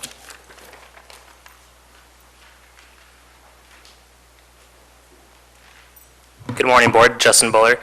So I want to kind of take a step back from the ordinance a little bit and just kind of look at how we're going to move forward with the regulatory program as a whole. It seems that the process of drafting this... If you could keep it towards the ordinance. Oh, no, it is. So it seems like the process of drafting this ordinance has already gone through. I would imagine there's a first draft and then a final draft, and then now the sheriff comes with great suggestions for revisions. And it just seems that that should have probably came along before the first reading of this draft. And I think that there really needs to be a concerted effort into comparative analysis of jurisdictions and setting up a regulatory program that's going to work. Because this ordinance seems like it was drafted from scratch, where we could have easily piggybacked on a lot of other things, give the board different options, comparative analysis of counties that are doing it. but we didn't. So that being said, I think there's a real need to develop a regulatory program that's going to allow these businesses to not only stay compliant, but actually be successful, and to keep this county safe. The sheriff already touched on like one of my first points for revision. I sent you all an email with 6 points basically laying out problems that I see in this ordinance. The first was you need to put the burden onto the business, because you don't want just random people coming to apply for a badge and they don't have a job. You want that specific badge to be tied to a business that employee is going to be working for, because then it's going to be easier for the county to collect that fee from the business. They already have infrastructure in place. They're not going to have to deal with the accounting hassles of maybe a bad check, this, that, or the other thing, or if it's escalated to where they need further background checks and then the sheriff engages in that and then they don't have enough money to pay for it. If we have it tied to the business, then you'll be able to actually enforce against it. And then also, these badges need to have, there needs to be some language that says that these badges are going to be the property of the business, because they're the ones who have the vested interest in making sure that the employees are wearing them, that they have them, because I don't want to have a business owner be like, oh, well, my employee just keeps leaving his badge at home. There needs to be language that requires these businesses to have a secure procedure for keeping all the badges on site.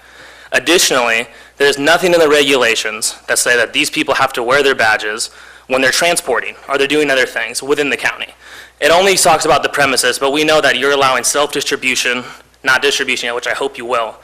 But there has to be some language that says they can only leave and wear the badge when on official duty purposes, because I've seen enforcement where you're only allowed to have an ounce of cannabis on you legally, but if you have this badge, you can show it to a law enforcement officer and they might think, oh, you're doing a legitimate cannabis-related purpose, so you can have those 8 pounds in your back. We really want to have language in place that makes it so that these badges are part of the cannabis business, and that we can start creating a regulatory program that will make it easy for code enforcement to manage and regulate these businesses, because the state is not going to do it. I know from working in the local municipality, it's going to be falling on you guys, and you have to have a program set up. Thank you very much. Thank you. Next speaker, Tom. Real quick comment that listening to him occurred to me that I find problematic is the notion that each employer has to do their own background check on each employee, and I don't really understand or know about the state laws to speak to it legally, but the problem I see is, as people who know about agriculture know, there's a lot of short-term, high-turnover work. So a person might work for one farm for a week or 2 weeks as, say, a trimmer, and then that employer would have to first do a background check on that employee, and then they couldn't move to my neighbor's farm and work for them for a week or 2 weeks without them doing a whole new background check on them, if I'm understanding things right here. And I think that really hamstrings the industry, the workers, the farmers, everybody involved in the process, and that's my comment on that. Thanks.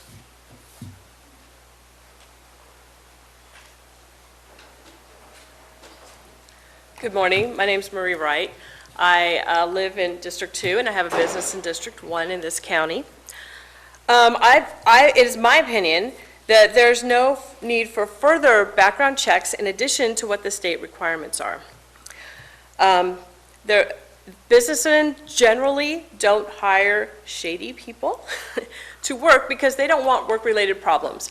I don't think that anyone here knows that I used to work in employment law or labor law, and I know how much trouble it is when you hire someone who creates problems, trying to fire the person or deal with any sort of workplace harassment issue is costly and doesn't do anything to move your business forward. You're wasting time and money trying to reverse that problem. I don't think that the employers in any industry would want to hire anyone that they didn't feel comfortable with. And if an employer still wants to have a background check, the employer should be able to choose what kind of background check there is. As our sheriff brought up, most industries, the employers are responsible for the employers' and employees' behavior. That's That is generally true. Of course, everything, it depends. But unlike most businesses, they would require the marijuana industry or the cannabis industry to do extensive background checks when other businesses aren't required and often don't find it necessary to do background checks. I myself have a license that requires a LifeScan background check periodically. However, my employees are not required to have that. They simply work for me. It was also mentioned that if the federal government decides to make cannabis allowed under federal law, maybe background checks shouldn't be required. I'd appreciate it if that was written into the ordinance rather than merely talked about. The procedure to do background checks is expensive, and additional background checks would make it even more expensive.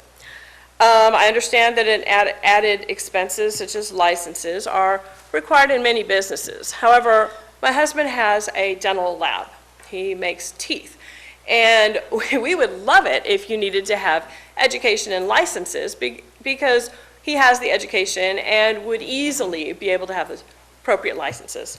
However, the state has decided not to require that in order to keep the prices down for these medical things. Additionally, with the specific penal codes that are violent and serious, many of them are maybe not such as littering. It looks like I'm out of time, so thank you for your time. Will?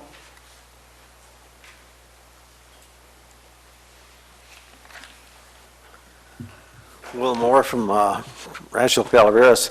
In any way, I'm looking at this idea of the growers owning the permits for the workers.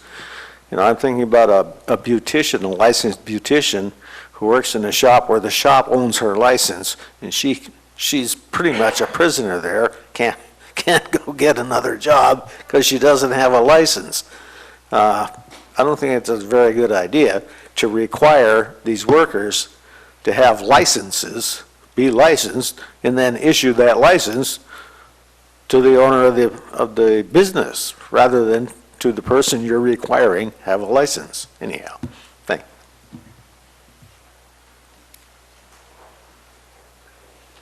you. I guess that wraps up public comments. Seeing no further, we will bring it back to the board. Under Sheriff Macedo, you have some things you'd like to say? Did you want me to address or answer questions that were asked? Sure.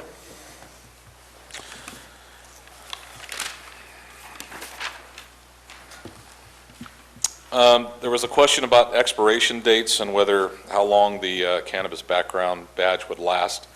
Those would be annual.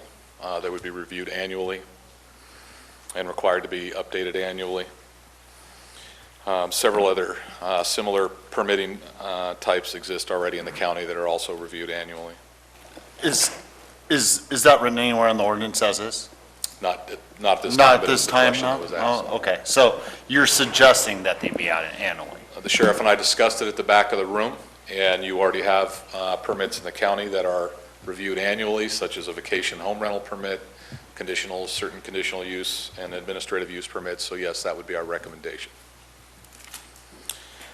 There was a question about the specific cards. Yes, as far as replacement or lost or stolen, the sheriff's office, those will have unique serial numbers that will match a list that'll be maintained at the sheriff's office, and obviously there will be an immediate reporting requirement if they're lost or stolen or damaged, so that we can maintain an up-to-date list for those who are allowed to be in possession of the background card.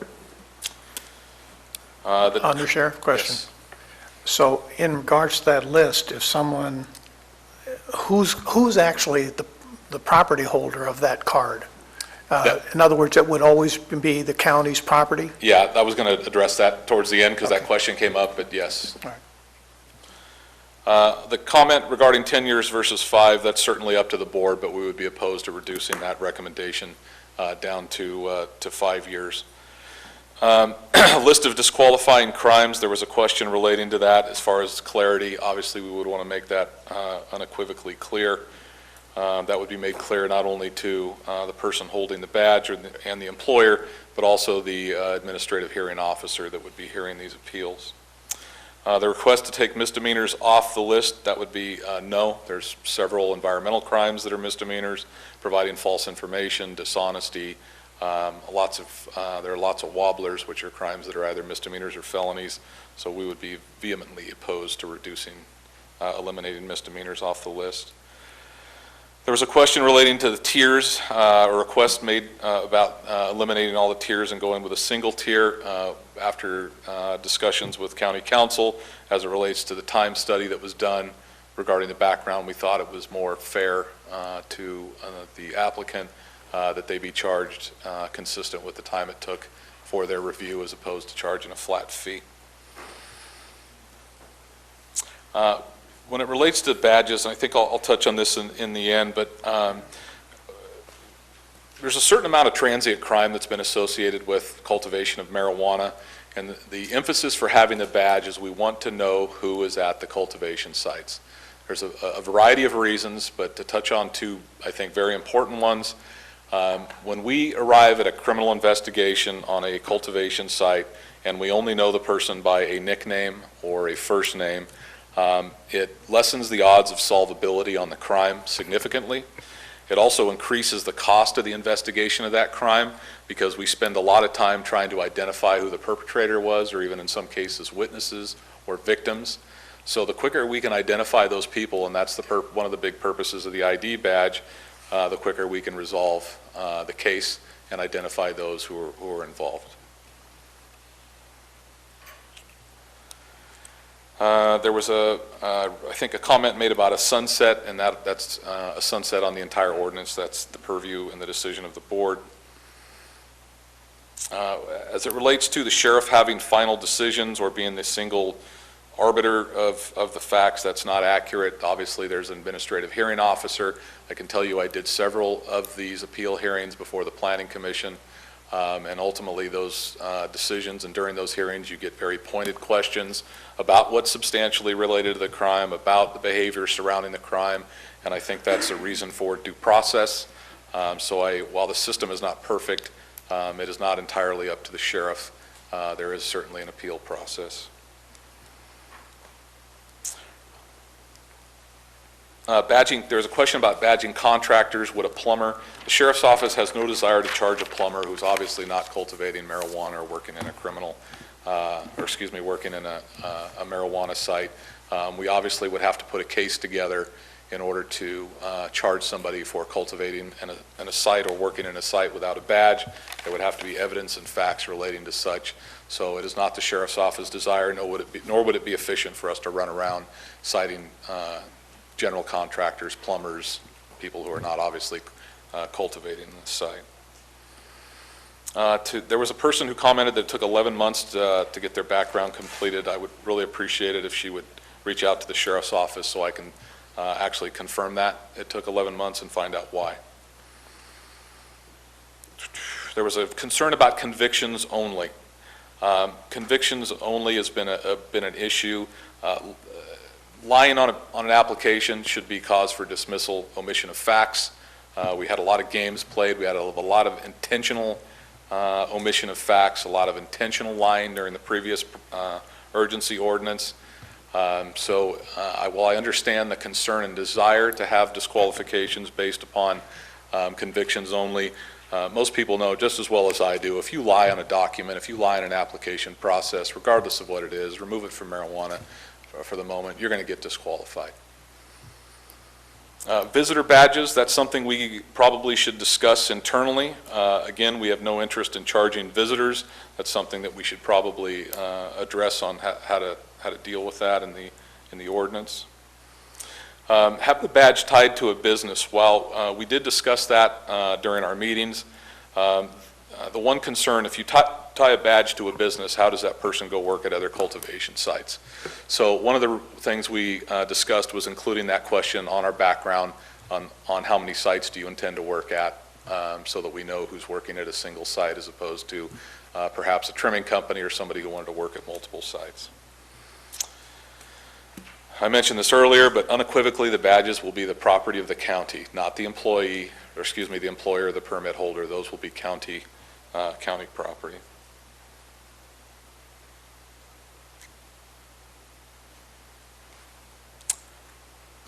That addresses, I believe, all the questions that came up. I didn't address every statement, but I certainly tried to catch all the Supervisor questions. Toffenali, you had a question? Yeah, Jim, I think there was a question also about keeping the badges on the site versus them taking them home. Yeah, I'd be honest with you, I would want to discuss that with staff. I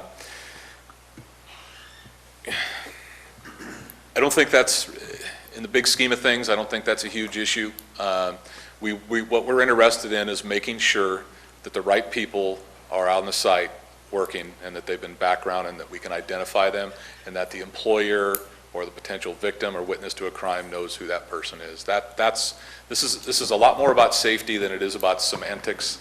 And so what I can tell you is that decision will be made with the public safety in mind, including everybody on the grow site and the employer. Mike, go ahead, Gary. Yeah, I got another question. It goes back to some of the comments that you were answering the questions. Say I'm a grower and I've been issued a badge and I'm okay to have a permit, and I start growing, and then I get arrested and charged with something that's on the list here, one of the codes. How would you know, or how would code know, how would anybody know that I was arrested? One. Two, is it suspended? Is it growing suspended on that farm until the court system is done and he's either convicted, I'm either convicted or not convicted?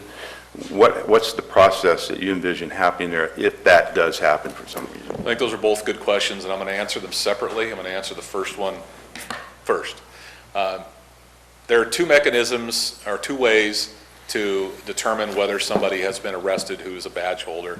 You can set up an automatic notification that a certain entity gets notified that a person under, and it would be that custodian of records again that I mentioned earlier, would be notified that an employee has been arrested, okay, and that system is already in place as it deals with licensed child care, and the county has a similar system, I think, in place for its employees. So you can set up a system where they're notified. On the other half, that's why we requested the annual review, that the person updated annually, because by nature sometimes people do get picked up for certain things, and it may not be a disqualifiable offense. We may have to wait for the report, we may have to wait for adjudication. Ultimately, I think the board's going to make that decision on, to answer the second part of your question, on whether somebody gets suspended or they're immediately disqualified. You do have to have due process to a certain extent, and county council would probably, and the DA's office would be the ones to explain someone's due process rather than an immediate suspension. Ultimately, that would be up to the board. I do think, though, that there needs to be some flexibility in there, because if there's some, grievous acts or egregious acts, you would not want to reissue a badge to somebody, to go right back to work at a location should they bail out on committing a murder inside the grow. So I would caution us to just kind of, not allow some flexibility in determining or making that decision. And that, just one other question here on that subject.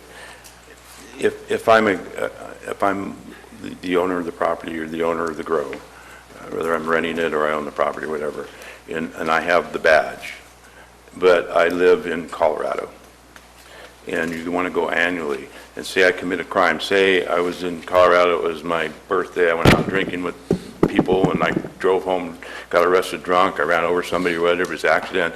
How is that annually, are you going to be checking each one of those badges and where the person claims to live for the checking to see if they've done any crime? So again, we can set up a system where we're automatically notified if somebody's arrested, or we can set up a system where we can be notified if somebody's arrested only for certain crimes. And because there's a difference there, especially if it's not a disqualifying crime. This is a little bit of new territory because it's tied to marijuana. But, yeah, that's again why we would want to do the annual, so we could see, because just because somebody gets arrested that has a badge doesn't mean they're all of a sudden going to be disqualified. It would have to be, again, related to the disqualifying factors in the ordinance. So you're saying you can set that annual checkup on a national basis, not just state basis? No, there's a difference there. So Yeah, I'm there's saying a if I difference lived in Colorado, how would you know if I'm the one that has the badge? We would potentially have to go seek out and run you through Colorado.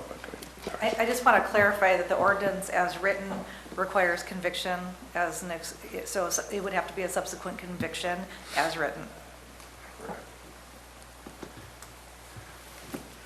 So let's talk about how we're going to get through all this work. We clearly have a big revision that needs to be made. So I think we could pretty much bet that this is not going to qualify as a first reading. It's going to have to go back, incorporate the stuff that the sheriff has mentioned, which is a significant change, I think, by any standard. We need to decide on some of these sticky issues where the majority of this board wants to go. And I might ask the county council or whomever to make sure that we keep track of what our decisions are. And then we're going to have to sit down in a room. Staff's going to have to sit down in a room, I would suggest, that maybe with a couple of our supervisors and the sheriff, and negotiate how this whole thing's going to be working. Does that sound kind of like outline what we've got to get done? And anybody's got a better idea on how we might get to the end of this? I'm open. Supervisor Stopper, you look like you've got an idea. No? I could work in that fashion. Supervisor Mills, what are you thinking?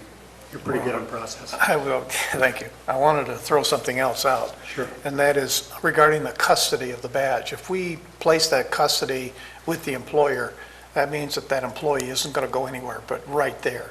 If we did the same thing we do with the county, and that the custody of that badge, I don't care who does the background check, where the expense of it is involved, it becomes the custody of that individual who is the holder of that background check card. And so where they go or what they do with it is literally within their realm, whether they can afford to pay for it themselves. In some cases, since we have people who do background checks on their own and they bear the cost. Sure. So, that's something I think that we need to work out and put into this discussion is that who is the person that has custody of this card? And an employer doesn't make sense to me. So I would like to have that included I in the agree with you, discussion. Supervisor Mills, and it gives one employees to have the right to go to a different job and not be held hostage by an employer who won't give them back their card.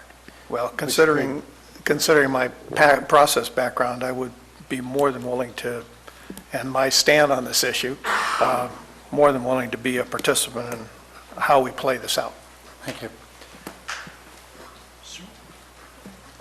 So, what do you think? You guys want to sort of put together a team from this board to meet, work with the staff and work with the sheriff to sort through the next version of this? Or do we want to start pounding through the questions we all might have, which could quickly get us into weeds over our head? Or Supervisor Callaway, your lights on? Yes, because we haven't talked about the fee, and I'd like to talk about the fee. That's part of this equation. Okay. Does that work for everybody? Let's go. It's sort of been alluded to and not. I think Mr. Stearns did an excellent job on his analysis, and if we needed any financial analysis, maybe he'd like to run for auditor, but he really did a good job. But I do have a concern about the price of the fee, and I just wanted to throw out where I think it should go. I had no problem on the live scan, the FBI fee, the DOJ fee, the card printing and issuing fee. I mean, considering the industry's paying $10,000 for the equipment, that I'm assuming will come out of the $2285. The background review, we have 3 now background reviews. We have the background review, we have the lieutenant review, we have the undersheriff review. I would think that we only need one review. We are talking about something very specific. So for the Tier 1,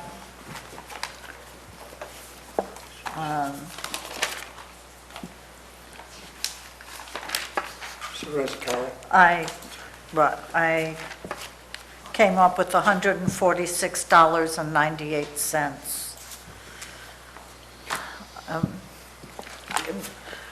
We don't do as much as what's required here for people who are volunteers for the libraries, nor for, let's say, animal services. But given that we're in a new era on this, I support that. I just think that putting in $270 for a first-time go-around, and we're talking just about the owners, is a little high. Then if there's any question whatsoever, then they have to pay $358. I just think that if we're going to have an industry, we should be doing something to also help the industry. And if we're not going to have the industry, then this is moot anyway. So I would like when the group, however we formulate it, get together, spend time talking about that fee. And I just want one clarification from the undersheriff on having the annual permit, like our dispensaries, the owner has an annual permit. We're talking the same here for the owners of the cultivation sites. Is that correct? Correct. So that's the same. So would we be saying for the employees who will be taken off of this and under the responsibility of the owner will then have to have an update for each of their employees? Yes. So if an employee works in your garden, but their time is up and then they work in my garden, I'm the one that's going to have to pay for it, as I'm assuming, because they're really migrant workers. So we're going to be requiring the same thing for them. An annual review. Okay, an annual review. And when you talked about the cards being the ownership of the county, so I issue a card and I work on several different farms. I carry that card with me. But when it comes time for annual review, or if I leave the county, that card then is turned back into the county. That's what you mean by ownership of the card? As far as turning it back into the county, the person is going to have to obtain an annual review. If for whatever reason there's a failure, we would want to retrieve that card and pull it back and take it off our list. That way, if we encounter somebody in a grow, we can readily examine that to ensure they're there. So hopefully I answered your question. If I didn't. No, I mean, I just think there's a few potholes we have to work through. Yeah. Nothing major. Can I address your concern over the 3 reviews? That's no different than our report review on crime reports or police reports. And what often happens after the initial review and background, sometimes that has to be sent back for spelling errors, corrections, further investigation, lack of documentation, what have you.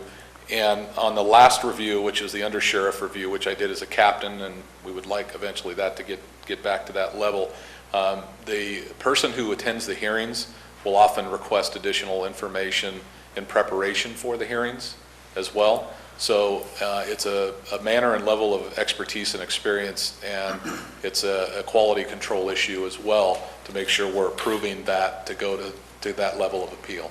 Okay, so you're saying you're front-loading on the initial background check, but you have a different appeal number here farther down for that would address that. So you need to separate those two is the way I understand it. Because I also was thinking the same thing. But when we get to this part, this comes down later, because it's all going to change with what we're doing right now. So this fee schedule that's sitting before us has no bearing. We're talking in circles about something at this point that does not have any bearing. And we should be talking about how we're going to move forward and what we're going to approve, so then we could put together a fee schedule that has bearing. So I guess then I'll ask, Real quick, that's not true, because this fee schedule is going to pretty much holds true for the business owner. The employees are going to be different. Agreed for the most part, sir. Okay. So, I'm sorry, Supervisor Connolly, you had more so, questions? I guess, Mr. Auld, I'll turn to you, or should we be dealing with the fee schedule now, or should we separate that out from from the ordinance? The fee schedule is not before the board. It was attached to today's item for purposes of the board understanding the process and what the sheriff's office intended as far as what to expect for a process. The actual dollars of the fee is not in front of the board. The intention was, once it was introduced, finalizing the fees, the nexus study, and having the adoption of the fee come back with the adoption of the ordinance. Okay, so the fee schedule that's in front of us just for the sheriff's office, you're saying is off the table for what's really before us today and will be discussed as part of the overall fee schedule? Correct, there isn't, the fee schedule was more of the process of what they were going to be going through. The actual dollar amounts is what is the current status, but the actual adoption of a fee associated with this is not part of today's agenda. Okay, thank you. Supervisor Mills. And I'm along the same lines. I see this as information only. You were going to have to go through a nexus study anyway to determine what those cost benefits are. So, and it's all subject to some kind of modification. I hope that likewise in the appeal process, as you folks well know, there were some that were very good at dragging it out. And the costs just spiraled, which I don't think that we really understood those costs. So hopefully we can have a very well-written nexus study that identifies the appeal process and how much time is going to be expended to properly defend. Because no matter what, if those appeals are pushed to a higher level, you're going to have to defend them in court. So it's going to require some additional time that I don't even see in this list right now. So I think that the appeals process has to be a separate cost-benefit study to truly understand what those are, so that we're not dipping into general fund to backfill it. So let's do this if it's all right with everybody. We need to send this back. We need to do some revisions. I'd like to see if there are 2 volunteers from this board that would be willing to be part of these meetings. Will not be a formal ad hoc, but I think that we need to have some input as we sit with the sheriff and staff to make this go around. So Dennis is volunteering. Who else wants to volunteer? Supervisor Stopper? Anybody else want to volunteer? You can only have 2 of us. Well, I know, but we could. All right, I'll volunteer too. Okay. Take Dennis off and I'll go. This is going to be fun. So let's do a poll of the board, and we will allow people to vote for themselves because there's only 5 of us. It's fine. Ben and Dennis want to be on it, that's fine. Are you withdrawing your name? No, I'll be alternate. But 3 of you can't be in the meeting at the same time. I know. But if one of them can't show Okay, up. very well. Does that work for everybody? Ben, Dennis, you guys will be primary, Marita will be alternate. Marita promises not to show up if you 2 are there. And Gary, does that work for you? We'll get into the mud. Okay, then you guys get in the mud. Is there anything else here we need to do? Any pressing questions that are going to stand before the board? I do know that the CAO wants to talk about timelines. Something came up about the age of being part of it. I was wondering if that could just be clarified, if there's an age limit for how old you have to be to work on a farm. We can discuss If that could be looked at. I mean, that's something that we would have to research, and so there's a number of things on I've been keeping sort of an informal track of things that would be changes, that if we're in an ad hoc committee, they're going to take 3 votes, and we're only going to have 2 coming out of that committee. So I don't know what the chair wants to do about giving us direction. I just want to clarify, this is not an ad hoc committee. We would have to agendize the creation of an ad hoc committee. So from my perspective, we have 2 board members that are willing to assist in discussions with staff to make the modifications that the board is directing us to bring this item back for reintroduction at a future date. And we would only be bringing, So we would need direction then today, I presume. on the That's, policy. I was going to ask the same thing. I agree with Julie that we need a general consensus of the board to give direction so that the 2 supervisors can work forward in that direction. That way, if Dennis and I disagree, we don't start stubbing the toes of the committee and getting the work done. Let's go through this in a workmanlike way. What are the specific questions that you need answered? So one of the changes is, do we have 3 votes to take the employees out of the background check process? That was one. Let's go one at a time. Okay. Is your consensus to take the employees out of the background Yes. process? Aye. Yeah, Rick suggested it, so yes. Rick suggested. Yes. Okay. 5-0. And then, can they work on the site? Is there going to be a buffer time where the employees can work on the site after, while they're waiting for the badging? That was discussed, and so we would need to know what the buffer time would be. Let's start with the general concept, and then we'll see whether we want to deal with go in the weeds on this one. Is there anybody opposed to a brief timeline between starting work and getting your badge to move forward? I guess it's a question.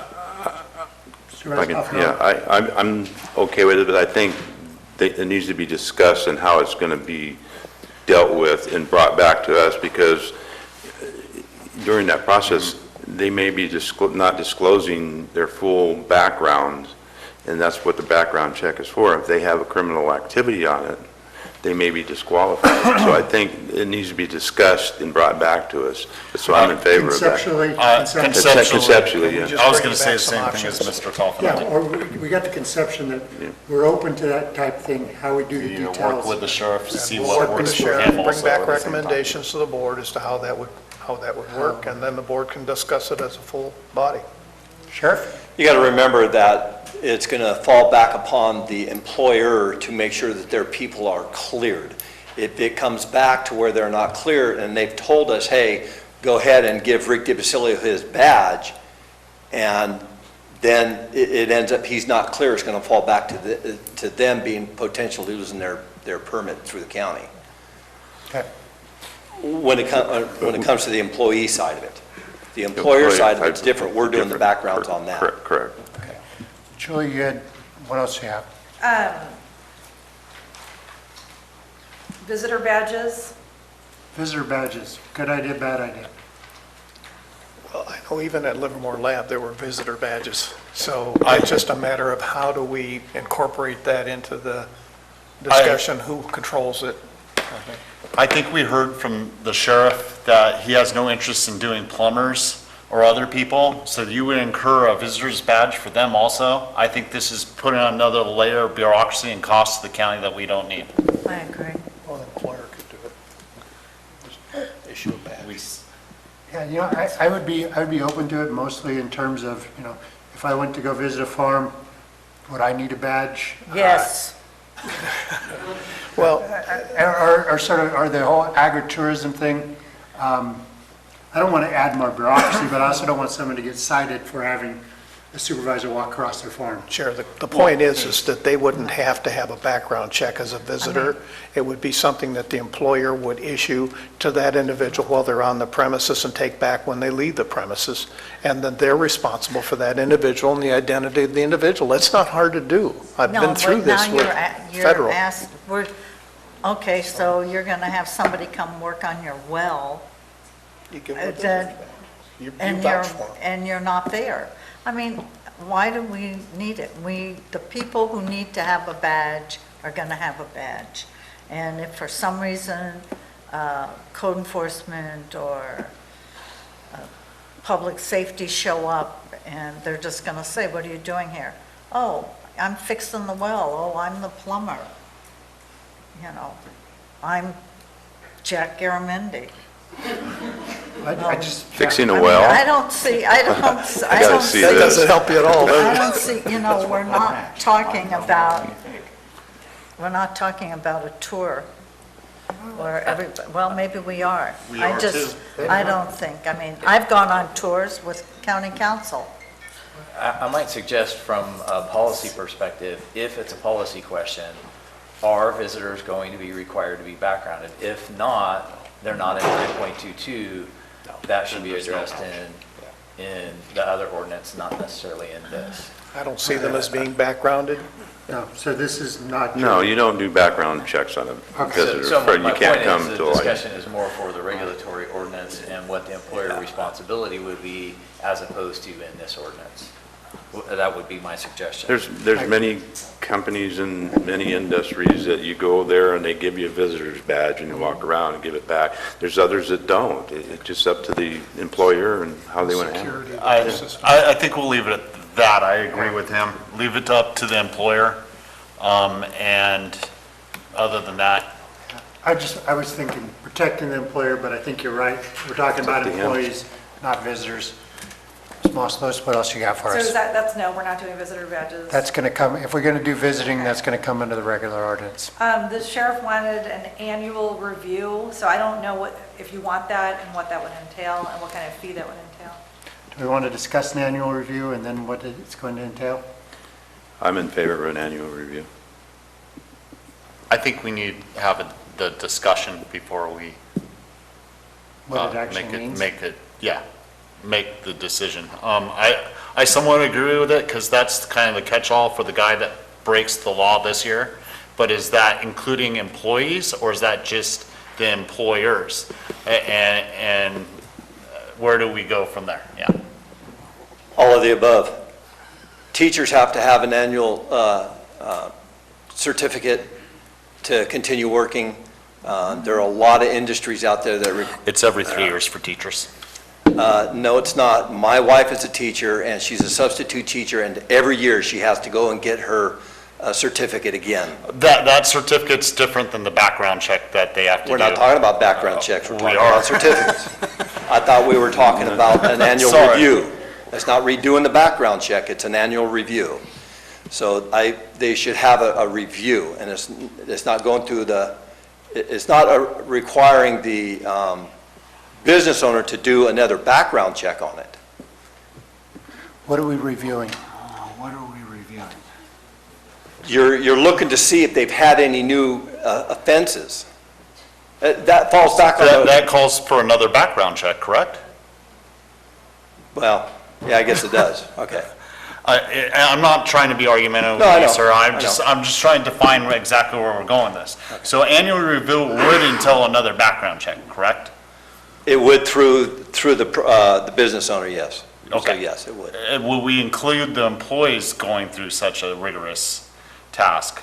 Or is that subject to the employer's responsibility if he so decides? Correct me if I'm wrong, Marita, does Jeremy not have his employees and himself go through background every year? Yeah.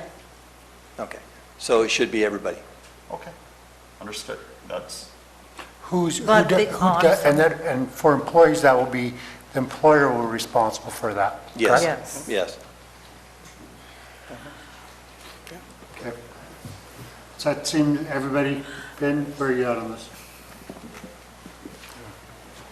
I am good with an annual review, absolutely, or an annual background check, whatever you want to call it, the annual review of the background check. I guess the discussion on the fees would come up later, so I'll save that conversation for later. I'm in favor of it, yes. Mr. Callaway? Yes. Yes, but I just think at a certain point, the same would hold for Jeremy, that after they've been in business for 5 years or what have you, that we go to every 2 years or every 3 years. I just think at some point we need to say, you've been a good business owner in good standing, and because we don't, I owned a bar and I wasn't background checked every year or every 3 years. It was as long as I held my license. Supervisor Mills? You know what, I owned a bar too, but I was background checked every year in Chicago. There was just no way around it. The point is that if you're going to be able to have like a Google alert or something like that to identify in between, in that 12-month interim period, that something comes up that's quite noticeable, that has to be included in that discussion as well. So the annual review, I think, is important, but there might be something that comes up that says I need to get an immediate focus on this individual. And hopefully you'll include that in the discussion as well. So in general terms, yes. Annual review, Right, yes. and then the next question is, I guess we'll save the best for last. As written, the ordinance requires a conviction before we take something away. And so here, the question now has come up, are we going to take away a badge based on a subsequent arrest? Supervisor Toffenelli? Yeah, and that's what I was asking Captain Macedo or Under Sheriff Macedo about. And my thoughts on it, not necessarily without the conviction, taking it and revoking it from them, but maybe suspending it until the outcome is final. And if it's favorable, they're not convicted, then they retain their badge. If not, then we take it back. Supervisor Stopper? Or Supervisor Mills, your lights? No, I would agree with suspension rather than outright revocation for serious crimes. And I think it'd be up to the sheriff to determine, and the DA, determine what those are and to what level they need to be dealt with. Supervisor Stopper? Innocent until proven guilty. Supervisor Callaway? I'm mixed on this. I believe in a conviction unless there's certain circumstances that would require action. But I believe, because if you wait, if you suspend a license, it could be 2 or 3 years before something goes to trial. So you're going to suspend a license for 2 or 3 years, when every year they have to be background checked anyway. Conviction. I weigh in on conviction as well. I'm going to have to side with due process. So, is that it, Counselor? That's all I have. I don't know if Mr. Turner or Ms. Mr. Bethel Turner, have do anything you have else. anything else we need to answer to help guide you guys? No, I think that covered it. And General Counsel?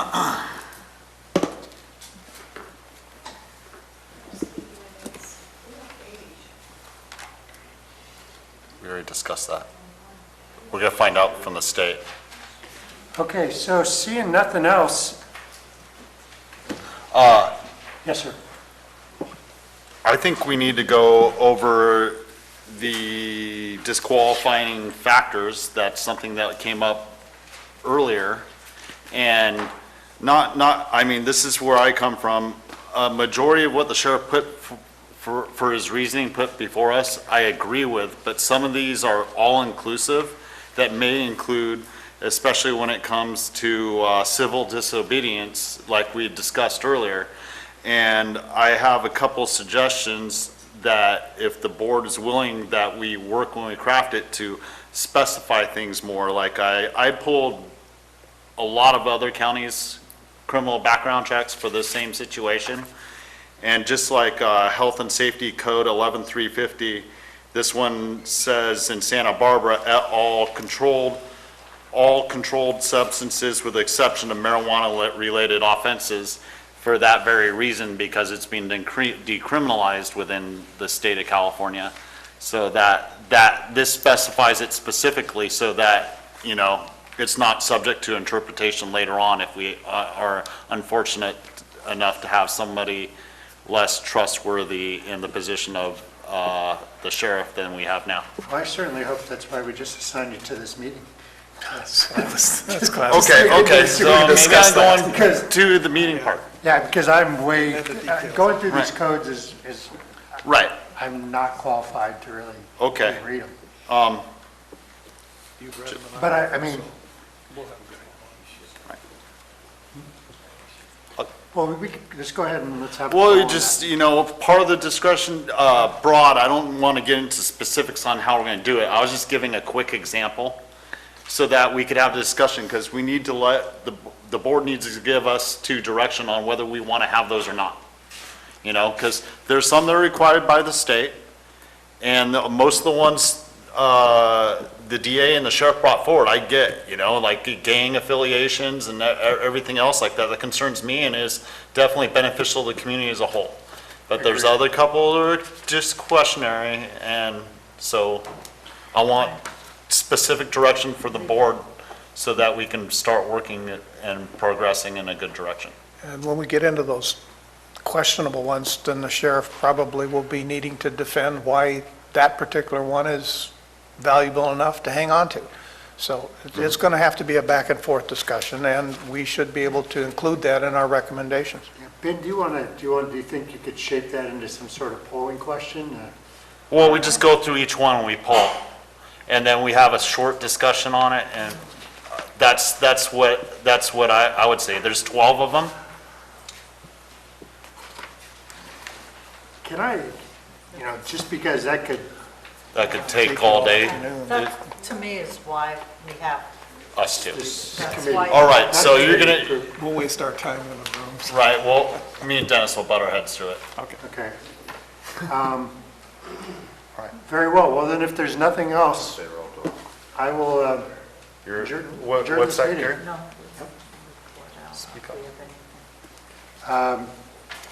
Actually, are we required to do ABC 1, 2, 3, 4? No, We're not required to.